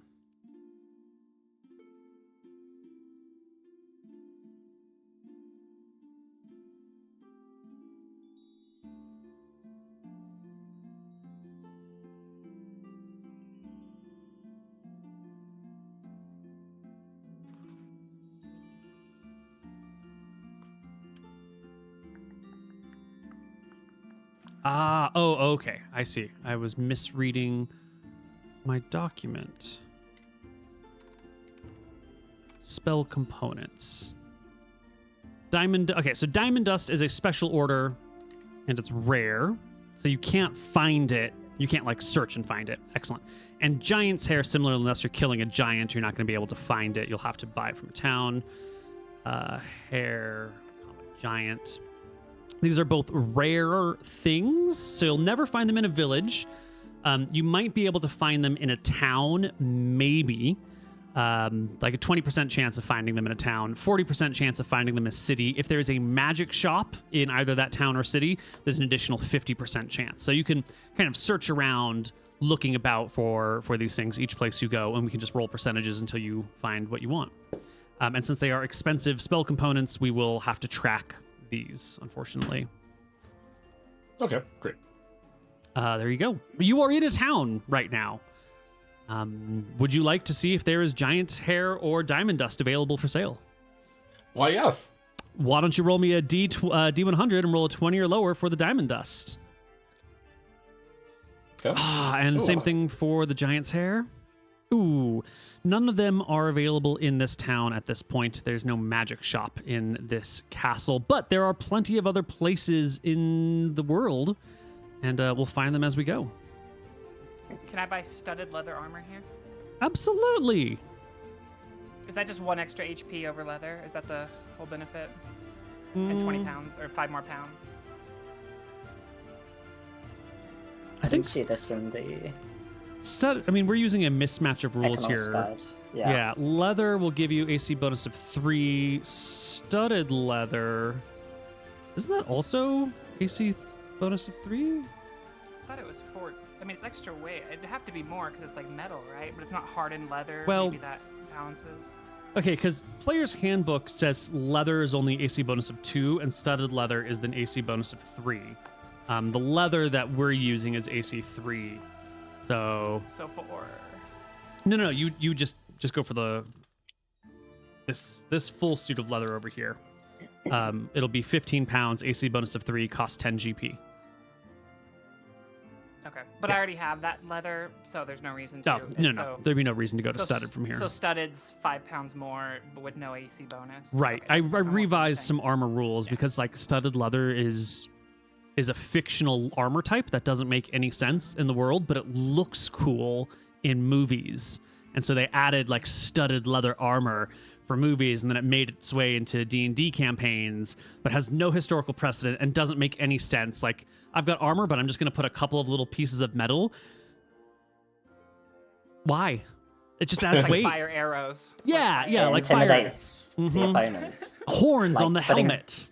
Yeah, exactly. Like putting stripes on your car makes it faster. Well, that's Hey, actually true. what- You know, that one's real. Flames. But Oh, sorry. 10 HP or horsepower. Yeah, HP. HP, horsepower. Can we play around with these items that we found, Neal, during our downtime? Absolutely. Yes. The short swords are +1 each. Forgot what I rolled for the plate mail. Oh, right. The plate mail. It's been a long time since I've rolled magic armor. Can't remember. Does magic armor form to fit people, or do you have to fit the armor already? Because I know rings will slightly resize themselves, and boots will slightly resize themselves, I believe. I mean, most stuff does. So I would assume it does, like braces do. When adding magic armor to a Like game, circlets do. be aware of the problem. 65% of all armor, except Elven Chain, is man-sized. 20% is elf-sized. 10 is dwarf. 5 is gnome. Okay, so as long as you're within the size category, and this was definitely man-sized, so any man-sized creature can wear it. If you were going to like maybe try using darts and then like maybe poison them, you'd have to have like a liquid poison, right? That powdery poison, it wouldn't stick to it at all. Yeah. Okay. Yeah. Or could you get it wet and then stick it in the powder and maybe it'd stick to it?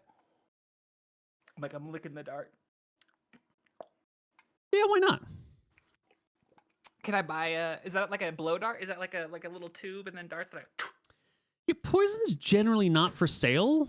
That's often a restricted item. People sell poisons. Usually get cops knocking on the doors, being like, "Excuse me, what are you doing?" So you found some. Yes, you can't buy it, but you can use the poison you had with whatever you want. If you want to get a blowgun or a blow dart or whatever, that is probably for sale in this area. Monshare is a very jungly area. It's nice to be able to have mobile devices like this. They're pretty easy to make, fairly primitive in nature. You can totally buy one. Okay, perfect. I'll look at the price. I think it's pretty low.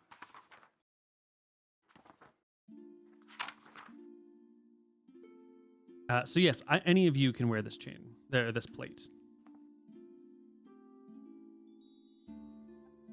This is 5 GP for dart. Is that just the dart itself, or is that the dart gun? You're in the player's handbook. The pole.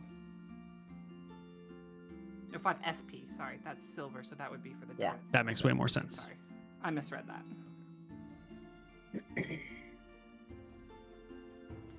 Let's see.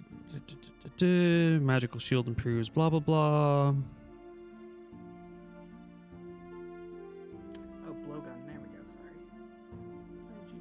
Adding magical. Yep. It's fine. It's just a +1 AC plate. And same for the notes. Can I buy 1 blowgun and then 20 barbed darts? So like 7 GP? Yes.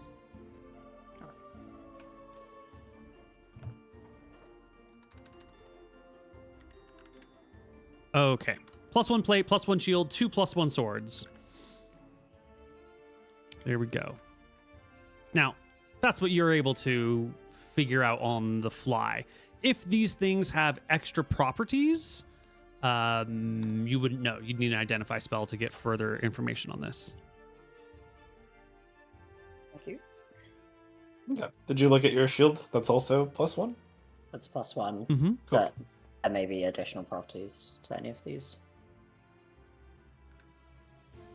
You can't identify these items, can you, Vincent?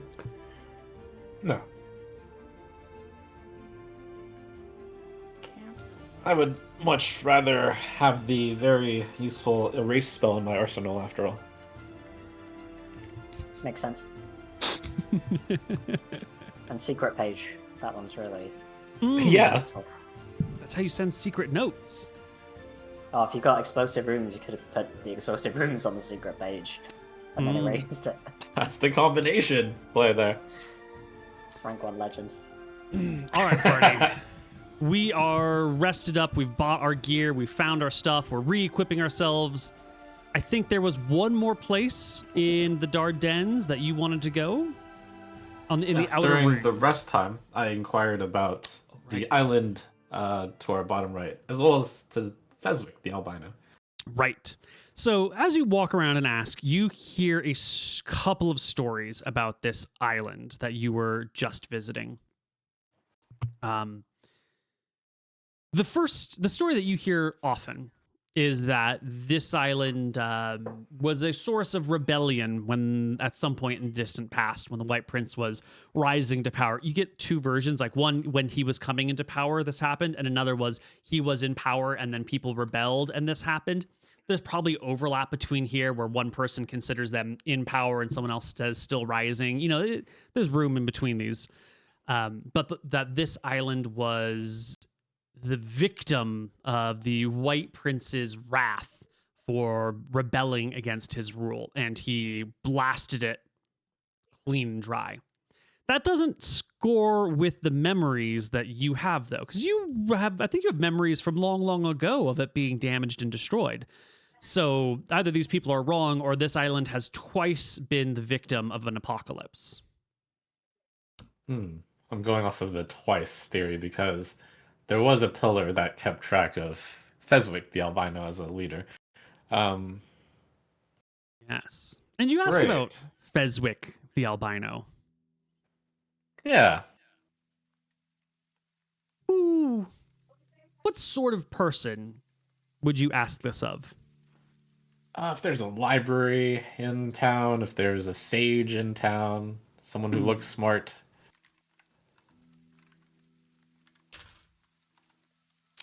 There was a sage in town. He died 5 years ago, unfortunately. There are no more sages. There are some. If you just want to like ask about to a knowledgeable person, you might need to go to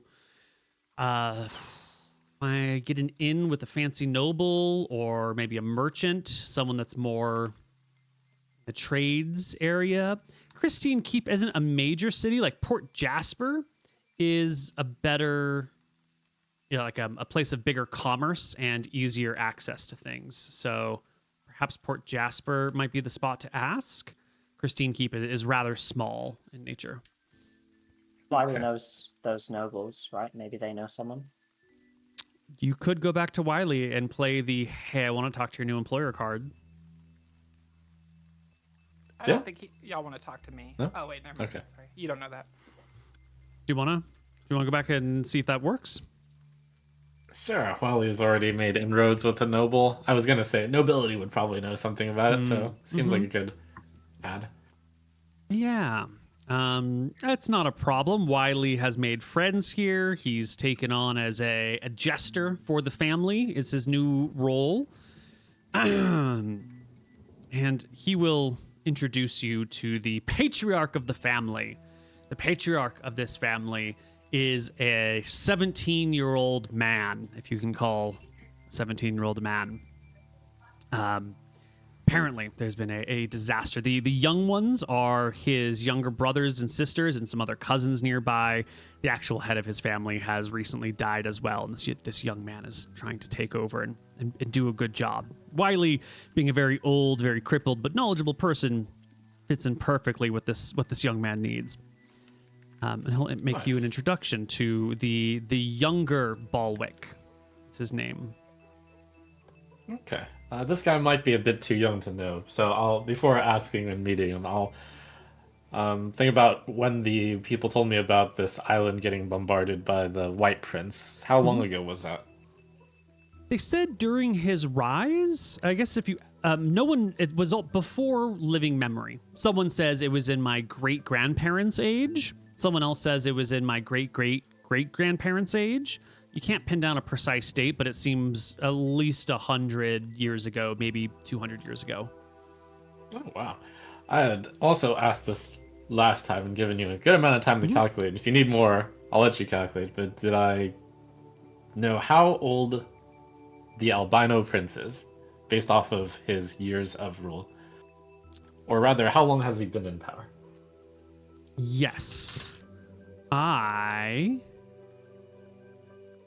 have those calculations, I think.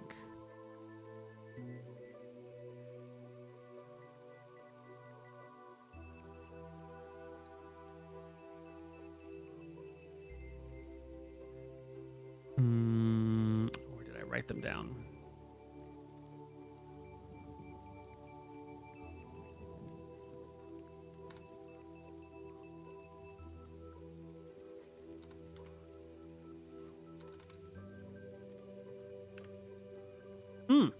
Mm-hmm.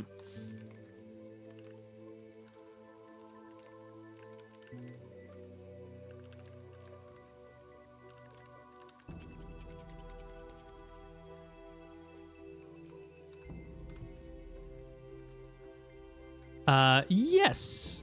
The White Prince has come to power about 80 years ago, which, when you square it with the 100 to 200 years that this happened, might give you a better map of what's going on in the area. Actually, hold on. That was 80 years ago, but this document is from a few years before that. When did that campaign start? This is a count for the drift of time. This document is from the campaign year 1513, and we're in 1526, so 80 and Yeah, 80 and 13 is 93 years ago. Is is the date that you're calculating that he came to power. Okay. This young king, patriarch, is definitely too young, so I won't bother him. Okay. Who else would you go to for this information? I think this is good enough. It wasn't that important. Okay. Do you think right. Do you think this cleric, the albino, Fezwick the albino, is the White Prince? I think it's almost guaranteed. A lot of clues leading in that direction. Okay. Well, where to now? There was one more of these inertial actuators that you were interested in. And that's a few we were islands going over. clockwise until we came about it. Okay. We do generally circle around the islands on the way to see if any memories pop up. All right. Oh, and I guess during the week I asked about the 2 islands to our clockwise direction. The 2 islands to your clockwise direction. Oh, yeah. They have some small settlements on them. A couple of little towns. One town, a couple of little villages.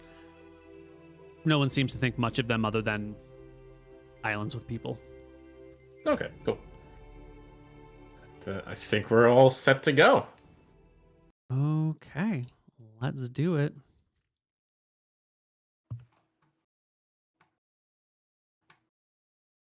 Oh, I guess since we're so close to that inner island to the south, which you've labeled Farm 3, I'll ask about the nearest in Middle Island.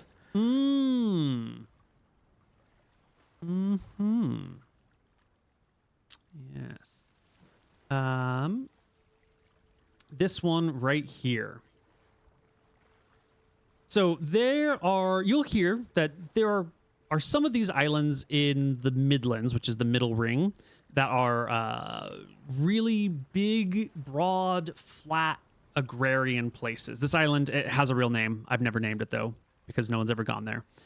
This is one of these like large agrarian islands where it's just like farmlands forever, no monsters anywhere in sight, no mountains, just some very gentle hills and flowing rivers, where there's knights that like guard the major towns. This one in particular has a really large bay in it, and that makes it one of the best islands for farming because it's so easy to get the crops to the docks. Then all the food is gathered here, and then it's shipped around to the rest of the Dardanelles, because not all of the islands in the Dardanelles can actually sustain themselves. They don't have enough production. The jungles aren't very great for like growing wheat or grain of any kind, and a lot of them are very jungly. So there's a few excellent agrarian islands, and they'll be labeled, Farm 1, Farm 2, Farm 3. I think there's a 4th or 5th one, but they might be mislabeled right now. It's neat. Well, I'm a merchant, and I'll try to, pick out some merchants to ask about this. Are you free to just sail your merchant ship in and deal with this island for trade, or is that uncommon? Well, you have to have the right paperwork. Your vessel needs to be approved, and generally, with the way things have been going, the inner ring and the Midlanders keep to themselves, and the outer ring stays to itself. I haven't dared go to the Midlands or the inner islands, not since Telemachy, the great dragon, burst forth from the sea. Before that, there were some issues with pirates, and the White Prince had suffered a near fatal incident at one point. Things were starting to get a little dicey. Now, he shakes his head. I'd rather trade on the outer rim and occasionally make my way to Arcadia or Ferodia. The Midlands, well, if you want to make money, you can go to the Midlands and the inner ring, but you might not be able to leave. Or, I shouldn't say not be able to leave, but you might find yourself under greater scrutiny. How familiar are you with the Dardanelles? Not too much. I check this guy out and make sure he's He seems alright. Seems He like mentioned Arcadia. I come from Arcadia, so I'm not that familiar.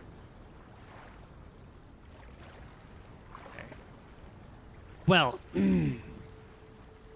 there are names here. There are a series of hold on, that's the wrong name. I have so much information in this area, but it's badly organized.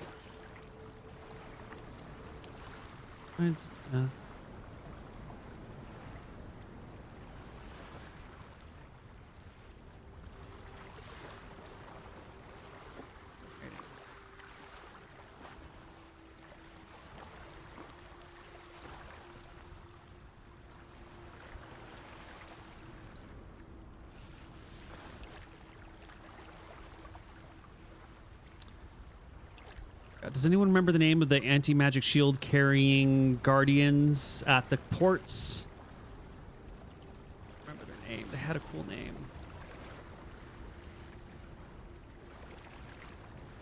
Weren't the Inquisitors, they were... No.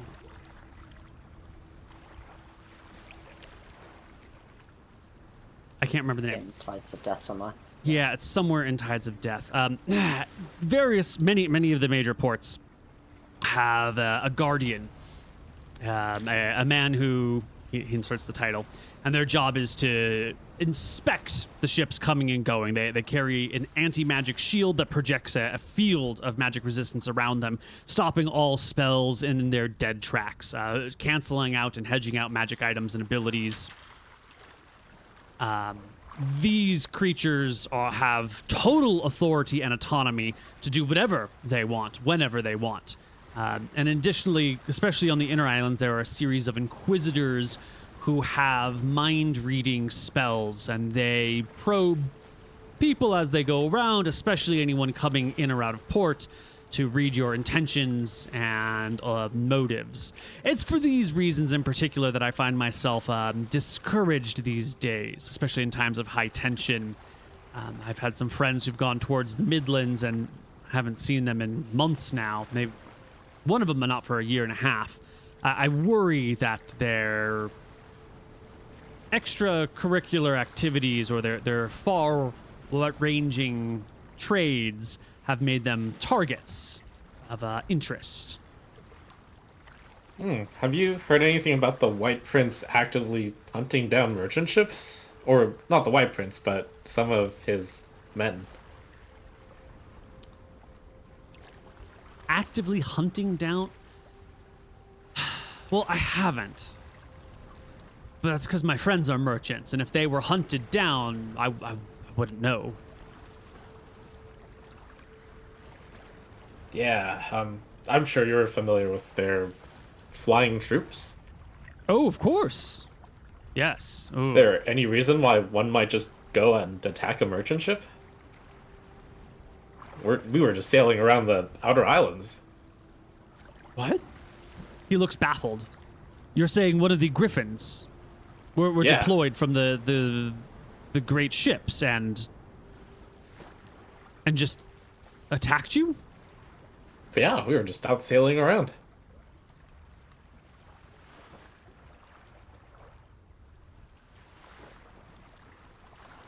He thinks.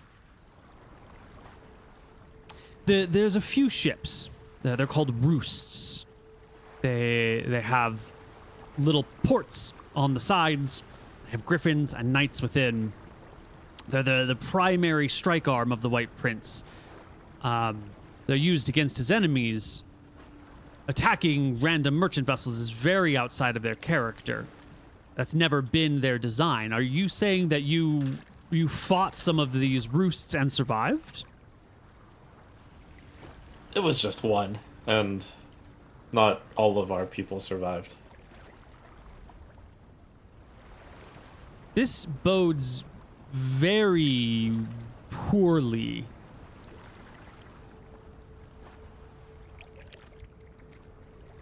There are 3 roost ships: the HS Lawbringer, the Thundertoss, and the HS Kraken. I sometimes name things after favorite StarCraft players of old.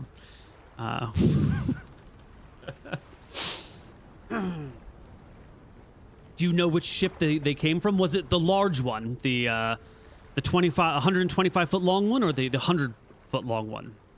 Oh, thankfully not. It was just one Griffin rider who who flew in from a nearby island.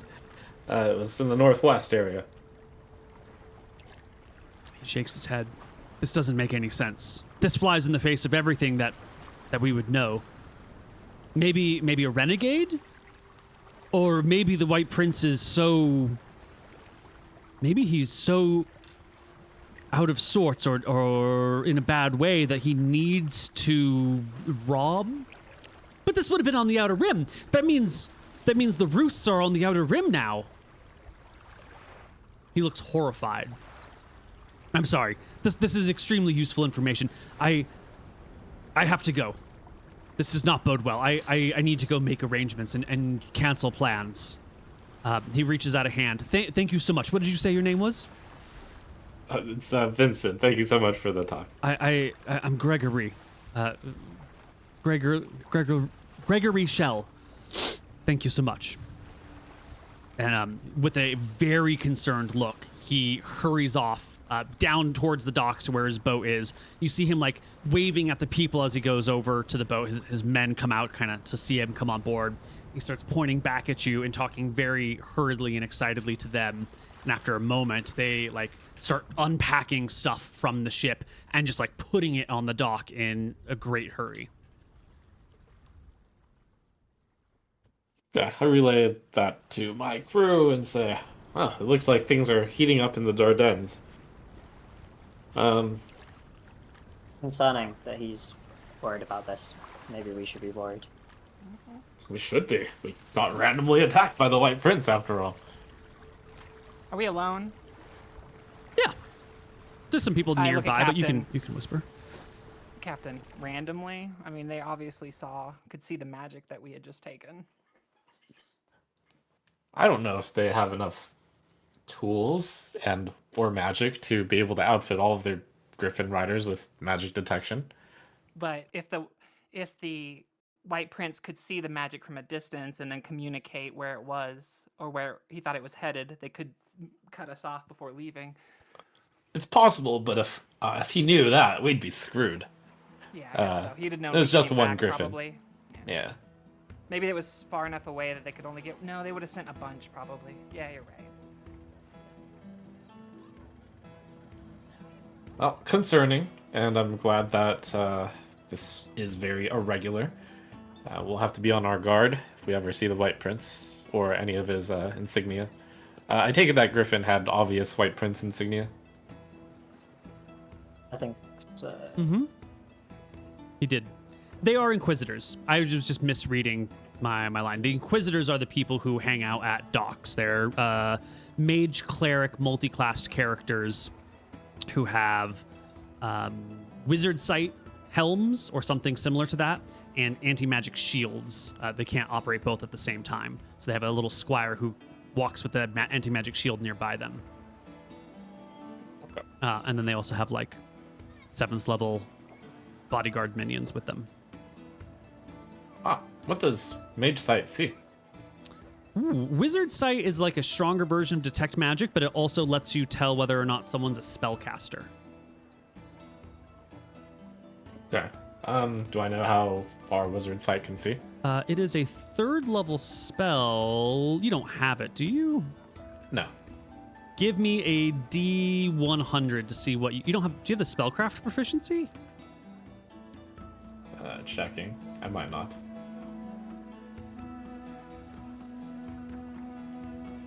No. Okay. Then give me a D100.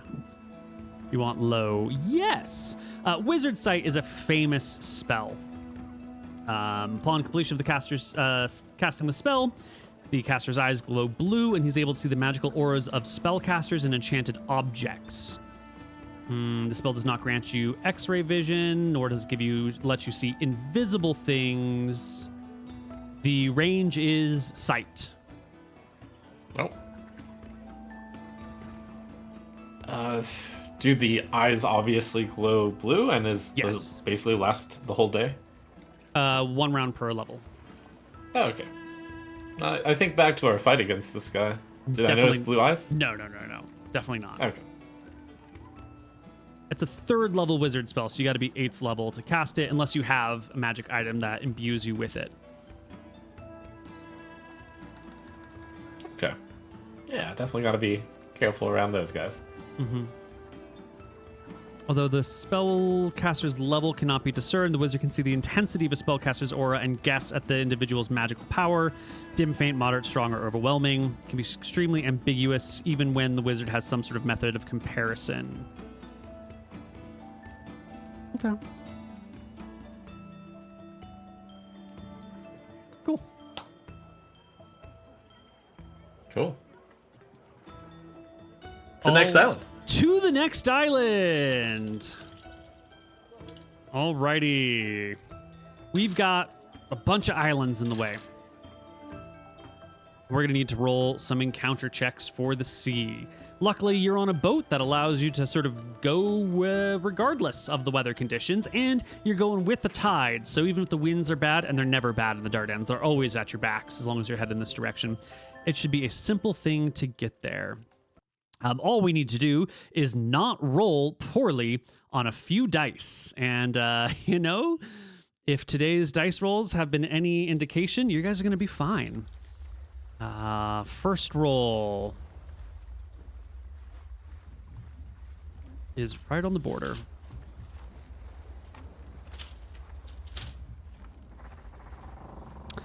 Our first day of travel is high winds. I will need you to make me a seamanship check, Captain. I also am proficient. Yes, but we need it from whoever's doing the seamaning, the sailing, the at the helming.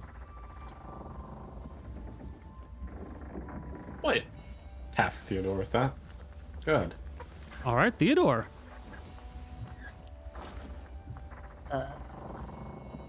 An 18 is not a good roll. Should have done it yourself. Our party is blown off course a little bit by heavy, heavy winds.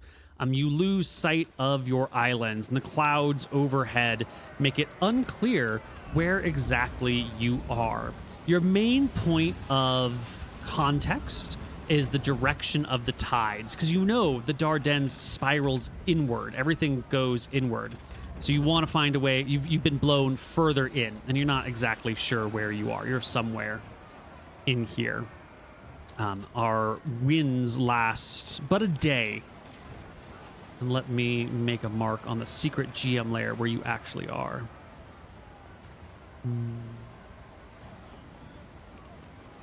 Excellent. All right.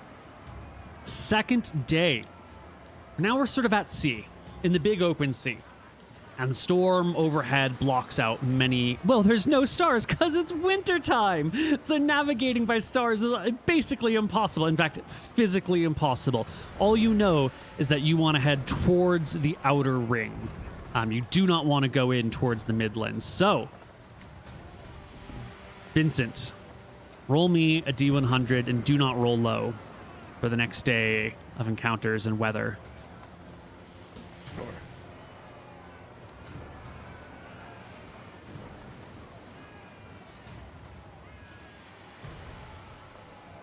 Going. All right.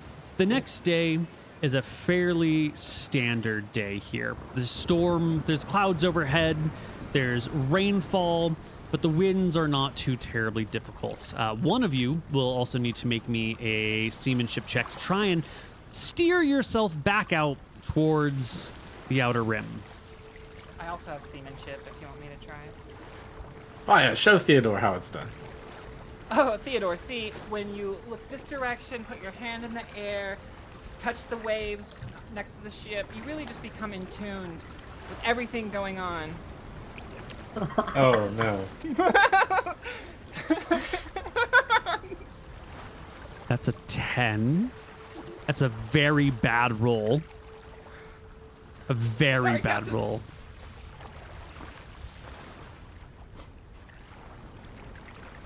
All right. Day 2, still in the open sea. No sign of mountains, no sign of land. You've been going island to island, and now you're not really sure. You're somewhere in the Dardanelles, but we don't really know where. Day 3. Theodore, will you roll me a D100? Keep away from the low numbers. 79. All right, some of the fog begins to burn off. You can see further in the distance. You get rain throughout the day, but no monsters come your way. We're still looking to get somewhere, anywhere. Who would like to make our seamanship check for today? The tides of the Dardanelles are extremely simple. Let me show you. Oh, Captain, teach me your ways. You're correct. He tacks against the wind and makes slow yet steady progress towards the outer rim. You do not see it by the day's end, which indicates how far in you've gone, but you are probably closer to the outer rim. Day 4. Jordan via Vincent Jordan. Oh, 68. Yeah. Decent roll. Who's seamanship checking today? I feel like Vincent seems to be doing well. Maybe you should carry on. All right. There's too much to risk to let you rookies navigate us into the midway. Here we go again. Oh my god. Fourth day at sea. You spot an island to your left, which is a good sign. If it's on your left and the tides are going forward, then, mostly forward, then it's probably one of the outer rim islands. You're not sure which one it is. And the way you've been getting around has been counting the islands that you've been on and counting blah, blah, blah, blah, blah, blah, blah, blah, blah. So you're somewhere here on the outer rim. How will you know where it is that you're going? Do you need to go backwards to count the islands? Or what? How are you going to know when you get to the place? Can you mark which one on these map would the actuator island be? It's going to be this one over here, Wexland. I don't know if you know its name, though. It's marked on the map, but did you learn their names? No, this is the first time I've heard Wexland, I think. Yeah. It's supposed to be, is this 15, 1, 2, 3, 4, 5, 6, 7, 8, 9. Oh, it's 9 after Monshare. 10, 11, 12, 13. Okay. Yeah, it's 15 after the Gap Island is where you're looking for. 9 after Well, Monshare. I think I can reasonably deduce we have not made it 15 islands away. Sure. So I think it's just a... Do we know if I think we'd try to find out very basic information about the actuator island, the destination. Are there people on it? Is there a settlement? You've never visited it. You don't know anything about it. Oh, okay. You just know that it's the, 45th island in the circle or whatever. I don't feel like backtracking. We'll just keep going clockwise until we find civilization. Ah. And as usual, we circle around the island to see if I recognize it through memory. Of course. Jordan, give me a D100. Just a regular encounter check, please. 72. All right. You come across a series of shallow atolls. Little sandbars that barely rise up out of the sea, making a nice big ring.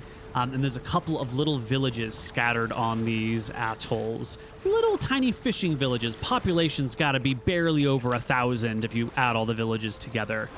This place has zero industry. You don't even see much in the way of cook fires coming from it. The people who scrape a living here must be primitive or, barely scraping by. However, they still live here. You're not going to find any trade. You're not going to find any giant's hair or diamond dust at all. But, there's civilization of some kind. You can sail right up to the atolls in your shallow bottom boat and go take a look. Sounds good.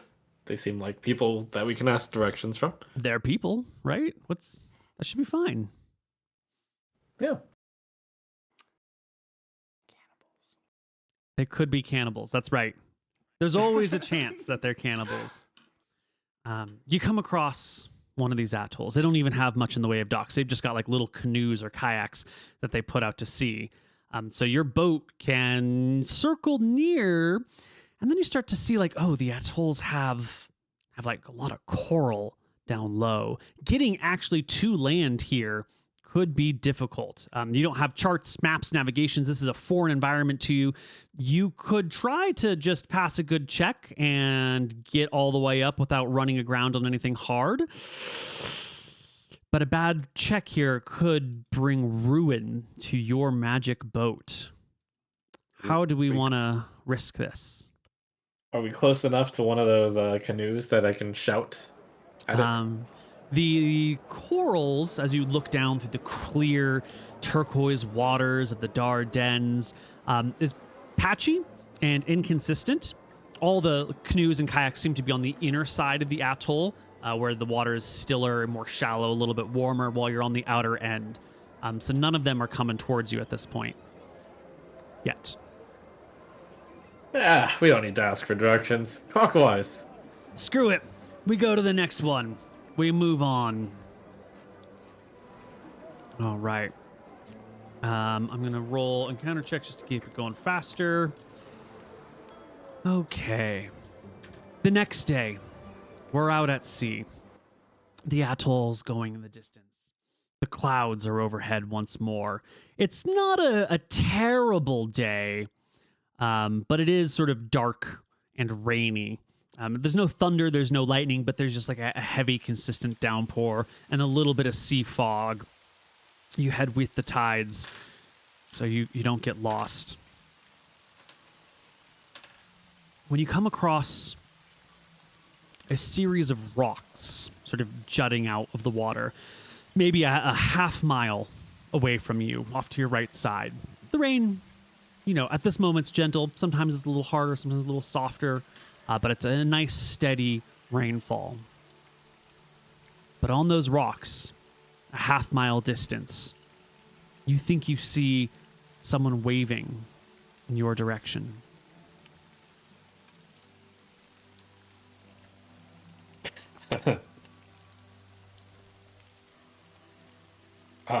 Hello out there, I call out. They're a half mile off. It's Oh. a little farther than your voice can carry. Yeah, you see someone waving? Is that what you said? Yeah. Human-sized? Ish. A half mile is a pretty great distance. Yeah. 2,500 feet. Sure, let's get closer. You steer the ship in that direction. It's a little out of your way, but it's not too far. As you get closer, you can see that it is a collection of 8 rocks that come pretty far out of the water, and they're a little bit they're quite angular, they're quite jutting, and then they have some broken sides that come down. It doesn't look like a coral atoll. It looks more like an undersea mountain that has risen out. And as you get even closer, to Vea's horror, you see they have not legs, but fish bottoms. Can I roll a perception to see this from really far away? You see it when you're maybe 100 feet away, because, with the rain and the sea mist and the bobbing of everything, it's just a little hard until you're 100 feet out. The figures are a combination of males and females, and they are waving to just try and get your attention. Captain, that's a manatee, if I've ever seen one. Really? A manatee? Yeah, because must be mermaids don't mermaids, exist. Captain. No, Theodore. No, I've heard about them. No. I've heard of them. No, they're only manatees. You just have gooner brain. You've been on the ship too long. These are dangerous. We should steer clear. Mermaids are dangerous. Hello? Can you help us? cries one of the voices. You want to fight We're close? stranded!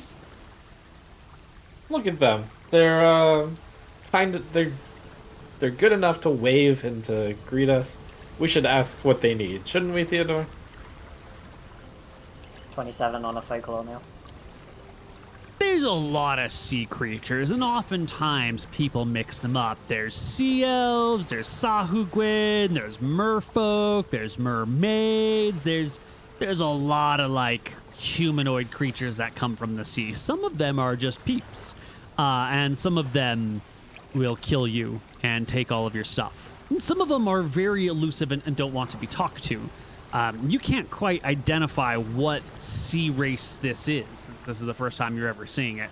It could easily fall into any number of potential aquatic creatures. A 27 on your check lets you... No, I'm not say that. I'm not going to say that. It's fine. Yeah. I rolled a perception check. I just want to look in the water. Are there like a series of sunken ships that I can see from where I'm at? Like, does this look like a graveyard of ships? Well, from 100 feet out, you can see a little bit of the underwater mountain that goes below.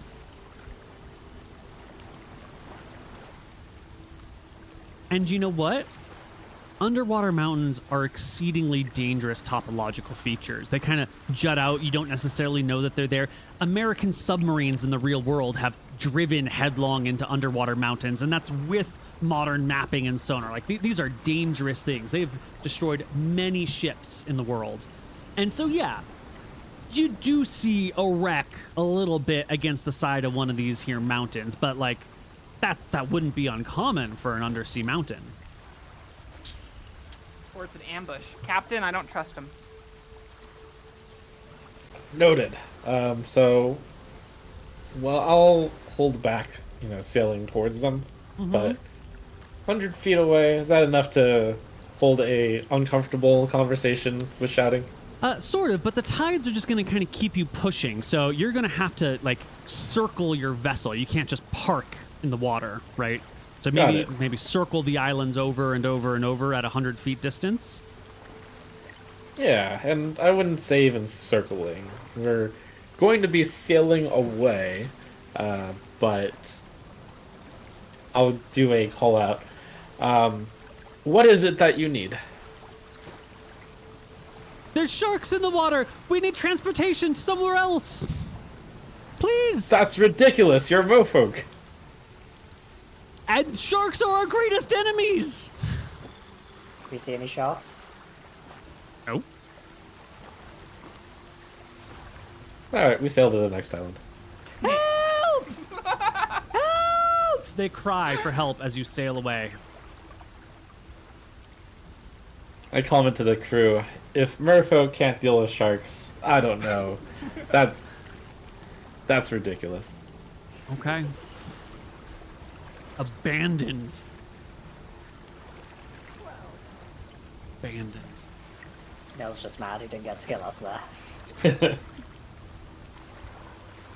All right. Later that same day, you will pass by an island. You see no signs of habitation from where you are, but again, the rain, the cloudiness, it all sort of makes it hard to see. If there were smoke rising, it might be it might be obscured by the weather conditions. The island is probably like 10 miles across, at least from the approach. You're not really certain how big it is, but there's no obvious sign of habitation. We'll do our usual surveying circle and then move on. Go on.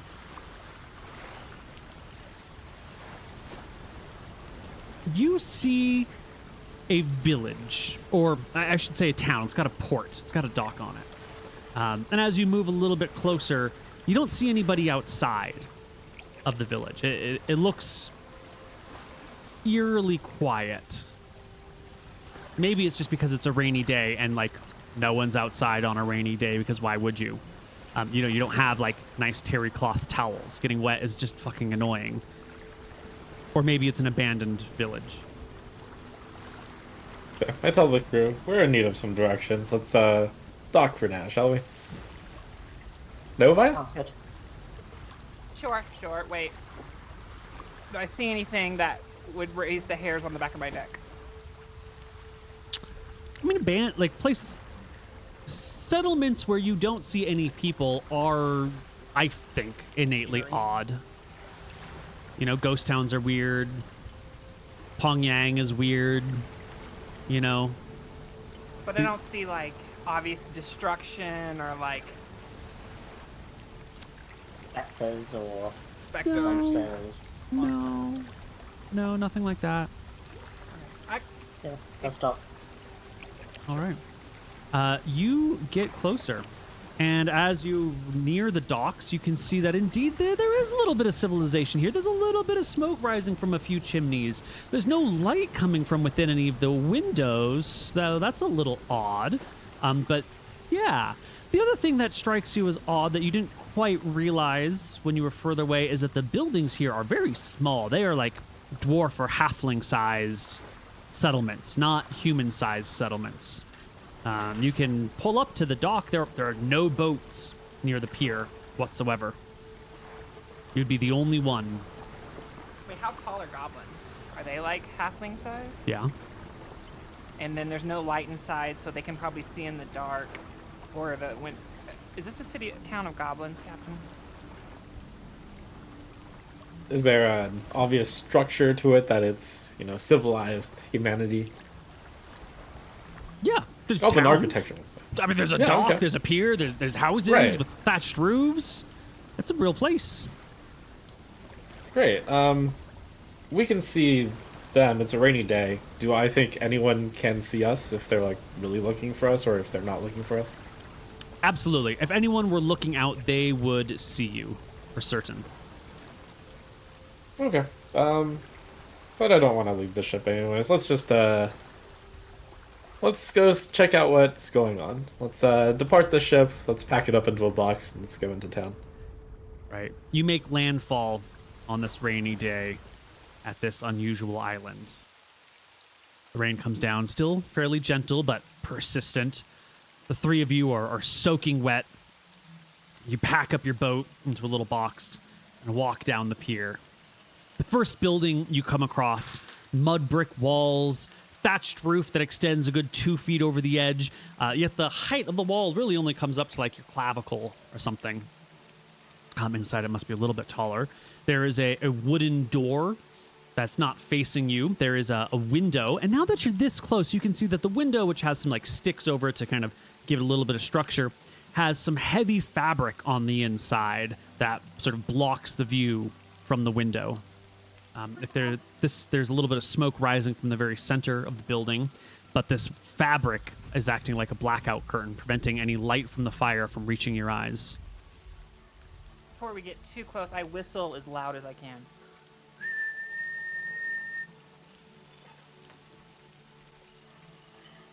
Nothing happens. No response. Okay. Knock, knock, knock at the door.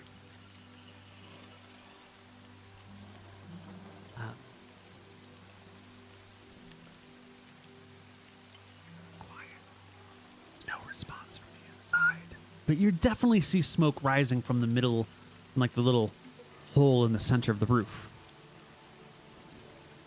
I'll call out, we're sorry to intrude. We have gotten a little bit turned around and lost. Could we get some directions?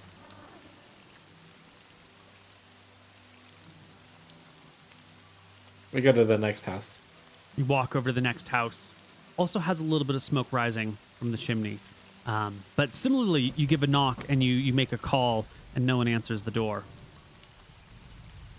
I sigh. And, is there any building that looks more important? Like a bigger house? It's just office? Yeah, there's a larger house, but it's just houses. There doesn't seem to be any administrative or market buildings. It just looks like a collection of huts. Any buildings we can look into, like open windows or... Well, the windows don't have glass. They have some sticks to give them some framework, and then the fabric on the inside. You could poke your hand in and just part the fabric if you wanted. That would be easy. Actually, okay. awkward though. Yeah. You also see some farmland. You do see some fencing that would hold in small creatures, goats, sheep, that sort of thing. But you don't see any of the goats and sheep themselves. Does it look like the farmland has been harvested anytime recently? It's the middle of winter. Oh, sure. And it's desperate times. We can afford to break the social etiquette. Let's part a curtain. You go up to... Go ahead. I stand to the side of the window, not in view of the window. You part the curtain and look in, and you can see inside one of these buildings are a group of 4 halflings and their, halfling miniaturized children. And they have a series of pitchforks and makeshift weapons that they are holding tightly in their hands, facing the doorway and the windows, paranoid, scared out of their minds. As your hand reaches in and parts the curtains, a couple of them give like a, ah! And they all turn to face you and take a few steps back and say, back, monsters, back! Hello. I'm sorry to intrude. We've gotten lost. We were hoping to get some directions. I'll shiver a little in the rain. They look at you warily, and they make themselves their own check to see if they feel like, natural 20. One of them comes forward a little bit with a pitchfork and says, You're just peoples? Yeah, we've sailed from Share. Oh. We don't really know where we are. He gets a little closer. Gold on the window seal. So sorry, there's been some raiders and some pirates recently, and they've come and they've taken our things, they've taken our animals, and just forgive us, oh my God, I'm so sorry. And he hurries to the door and opens the door and waves you in. Thank you so much. I'm so sorry. I'll let myself in. I'm so sorry for not abiding by the rules of hospitality. It's been a really, really, really, really, really dangerous winter. Well, I understand the concern. Thank you so much for trusting us anyways. He motions to one of the other halflings in the area and tells him, it says something in the halfling tongue, which I don't think anyone here knows. So you don't catch it. And one of them goes and heads out to another building nearby. The one halfling brings you over to a table that is way too small for you to sit at. Well, I guess it's not terribly too small. They're like the short little tables that you'll find in Southeast Asia that are way too small for you to sit at, but they're freaking everywhere and they're so uncomfortable. But that's the height of the table that you're sitting at. And he'll bring you over a little bit of bread. It's stale. And a little bit of rice porridge and some mint tea, which is actually nice. And serve it to you before he even says anything else. Thank you so much. I try to be very polite and not taking too much of their stuff since they have probably been recently robbed. Mm-hmm. What can you tell us about the raiders? Maybe we can help. He grimaces. They came for the livestock. They came for us. They're humans mostly. A weird ogre-like monster with one of them. They didn't ask any questions. They didn't ask us to surrender. They just took what they wanted, and then they left. It was horrifying. Horrible.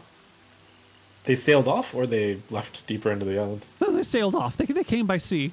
The island itself is not too terrible. So some creatures, a few monsters, but nothing like that. That's so unfortunate. We'll keep an eye out on them and see if we can find any halflings, but that's not much of a lead to go on. What brings you here? We were really sailing, looking for a certain island. Let's see, was it 9 away from? 9 from Share, yeah. Yeah, the only thing we know is 9 clockwise from Share. Do you happen to know how many islands away from Share you are? Well, this is Gimbleton. And I think Share is... I've never actually left here, but the merchants say it's 7 to the south. Thank you. Do you know what island lies to the north? He searches his mind. Wexland. The one next to us is Barnaby. Okay. And what might we find at Barnaby and Wexland?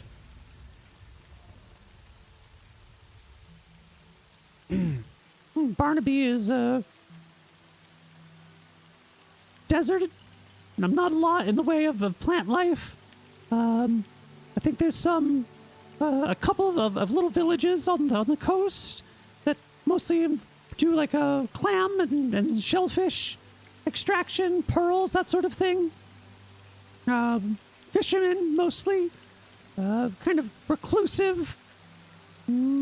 They say, I've heard that they have some settlements deeper into the desert, but I've never been. And I don't know how anyone could survive in a desert, so, I don't know.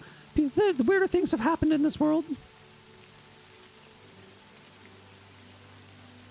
Are there any halflings here that would like to go on an adventure?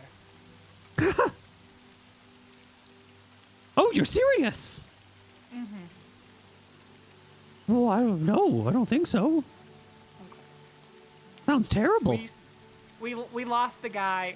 He's safe and he's alive. Who used to clean the boat, and we're just looking for a boat boy. That's fine though. Nope. Not that I know of. Okay. Well, thank you so much for your hospitality. I think, is it like night-ish, evening time? It's when it's raining and there's no clocks, it's kind of hard to tell how deep into the day it is. It's an old problem of sailing. You just don't know what time it is, yeah. Do we feel tired at all? Sure. Tired, cold, hungry. Yep. I don't suppose I could trouble you all for a night's hospitality. I know you don't have much to offer, but we can give our rations, and I'll pull out 1 gold piece, and this is the least we can do for your troubles. Oh, well, of course, we'd be happy to host you and your friends. Oh my God, by what's her name? By the goddess of the hearth and the home and hospitality. Oh my God, it's my Narul. How could I have forgotten to introduce myself? My name is Sugar, and that's my cousin, Beat, and that's Tater over there. And these are our kids. You're more than welcome to stay with us, of course. What a lovely family you have. Thank you very much. Yeah, and they will host you for the night.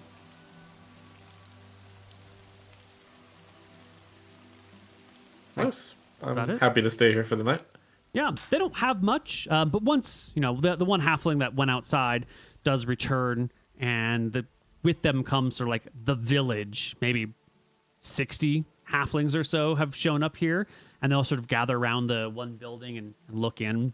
You'll hear the story that they saw your vessel, when it was pretty far out, and everyone hurried back in to hide because they didn't know who or what you were. They have these blackout curtains that they use all the time now. And there's just kind of like a little agrarian community over here. They don't really make much, except for like woodwork and wicker work, that sort of stuff. They don't have any smiths or metalworking of any kind. They import a lot of goods. Some people will come by, pick up some goods, and they'll buy, whatever comes off of the other things. They make some pretty good rope. They got a lot of sassel that they harvest from a little bit inland. And, the biggest worry that they have are the occasional crocodiles who make their way along the coastlines and might snap at people. How quaint. Mm-hmm. Oh, Gary. Oh, Gary, yeah. Oh, Gary. Gary wasn't a halfling? No, but crocodiles. Oh, yes. Yeah. All right. There you go. That's a nice, quiet day. You can rest. You can sleep on the uncomfortable ground here with them. And you can set out the next morning. The weather is great. The rain is not fully broken, but the sky's clear. The sun comes out. You kind of get like patchy clouds with a little bit of with a little bit of rain here and there. The halflings will see you off, and now that you're clearly not raiders, they go about their little bit of day. You'll notice the pens are still pretty empty. They have a couple of chickens that they let back out, but whatever goats or sheep that should have been here are no longer. They bid you adieu, bid you good luck, and that's that. Good people. We make our magical ship appear and then sail off. They probably spend their time wondering who or what that was, and you set sail.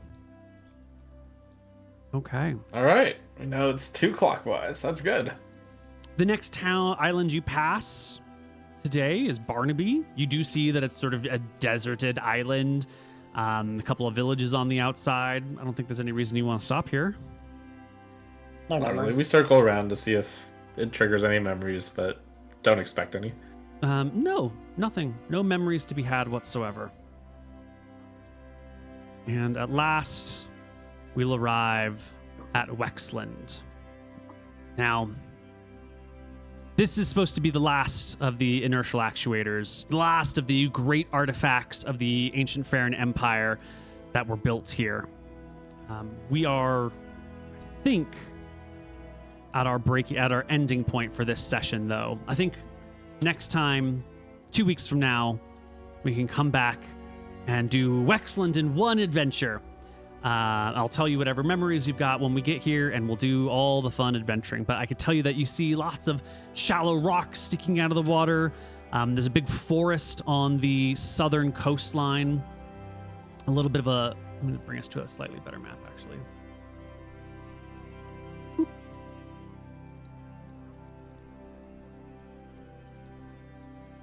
This is a weird map because I started drawing it and then I realized I hate this style of map that I'm drawing. I hate it so much, and so I gave up. This weird green patchy thing down over here is a forest. This is sort of like a sandy, deserty sandbar thing. Everything else over here is sort of just like grasslands, and this is all like grasslands over here. And then there's this big mountain range right here, and a little bit of forest over here, and next week you'll find out that there's a village right over here. And there's some interesting stuff that we'll talk about later. But forest dividing 2 plains with a deserted, sandy landing area. Everything else is sort of rocky cliffside and then mountains on the intersection. And that is Wexland. And we'll see it next session. And I will not flesh it out because I hate drawing like that, and I'm giving up. I tried to be an artist. Nice drawing of Wexland. And I'm this not. Is really nice. No, it looks so good. I do not need my ego stroked. I can accept being bad at things. Wait, genuinely, it's good though. I like the mountains. Thank you. All right, that's it. Congratulations on your XP and leveling and surviving. I wish you the best of luck in Wexland. Music. The happy village you've drawn here? This looks like a piece of cake. It'll be nice and friendly. It probably is. I'm probably just trying to bait you into being paranoid. Yeah. Very good. Already paranoid. All right. That's it, everybody. Thank you so much for coming by and playing. Thank you so much for coming by and watching. We'll see you in 2 weeks. Ciao.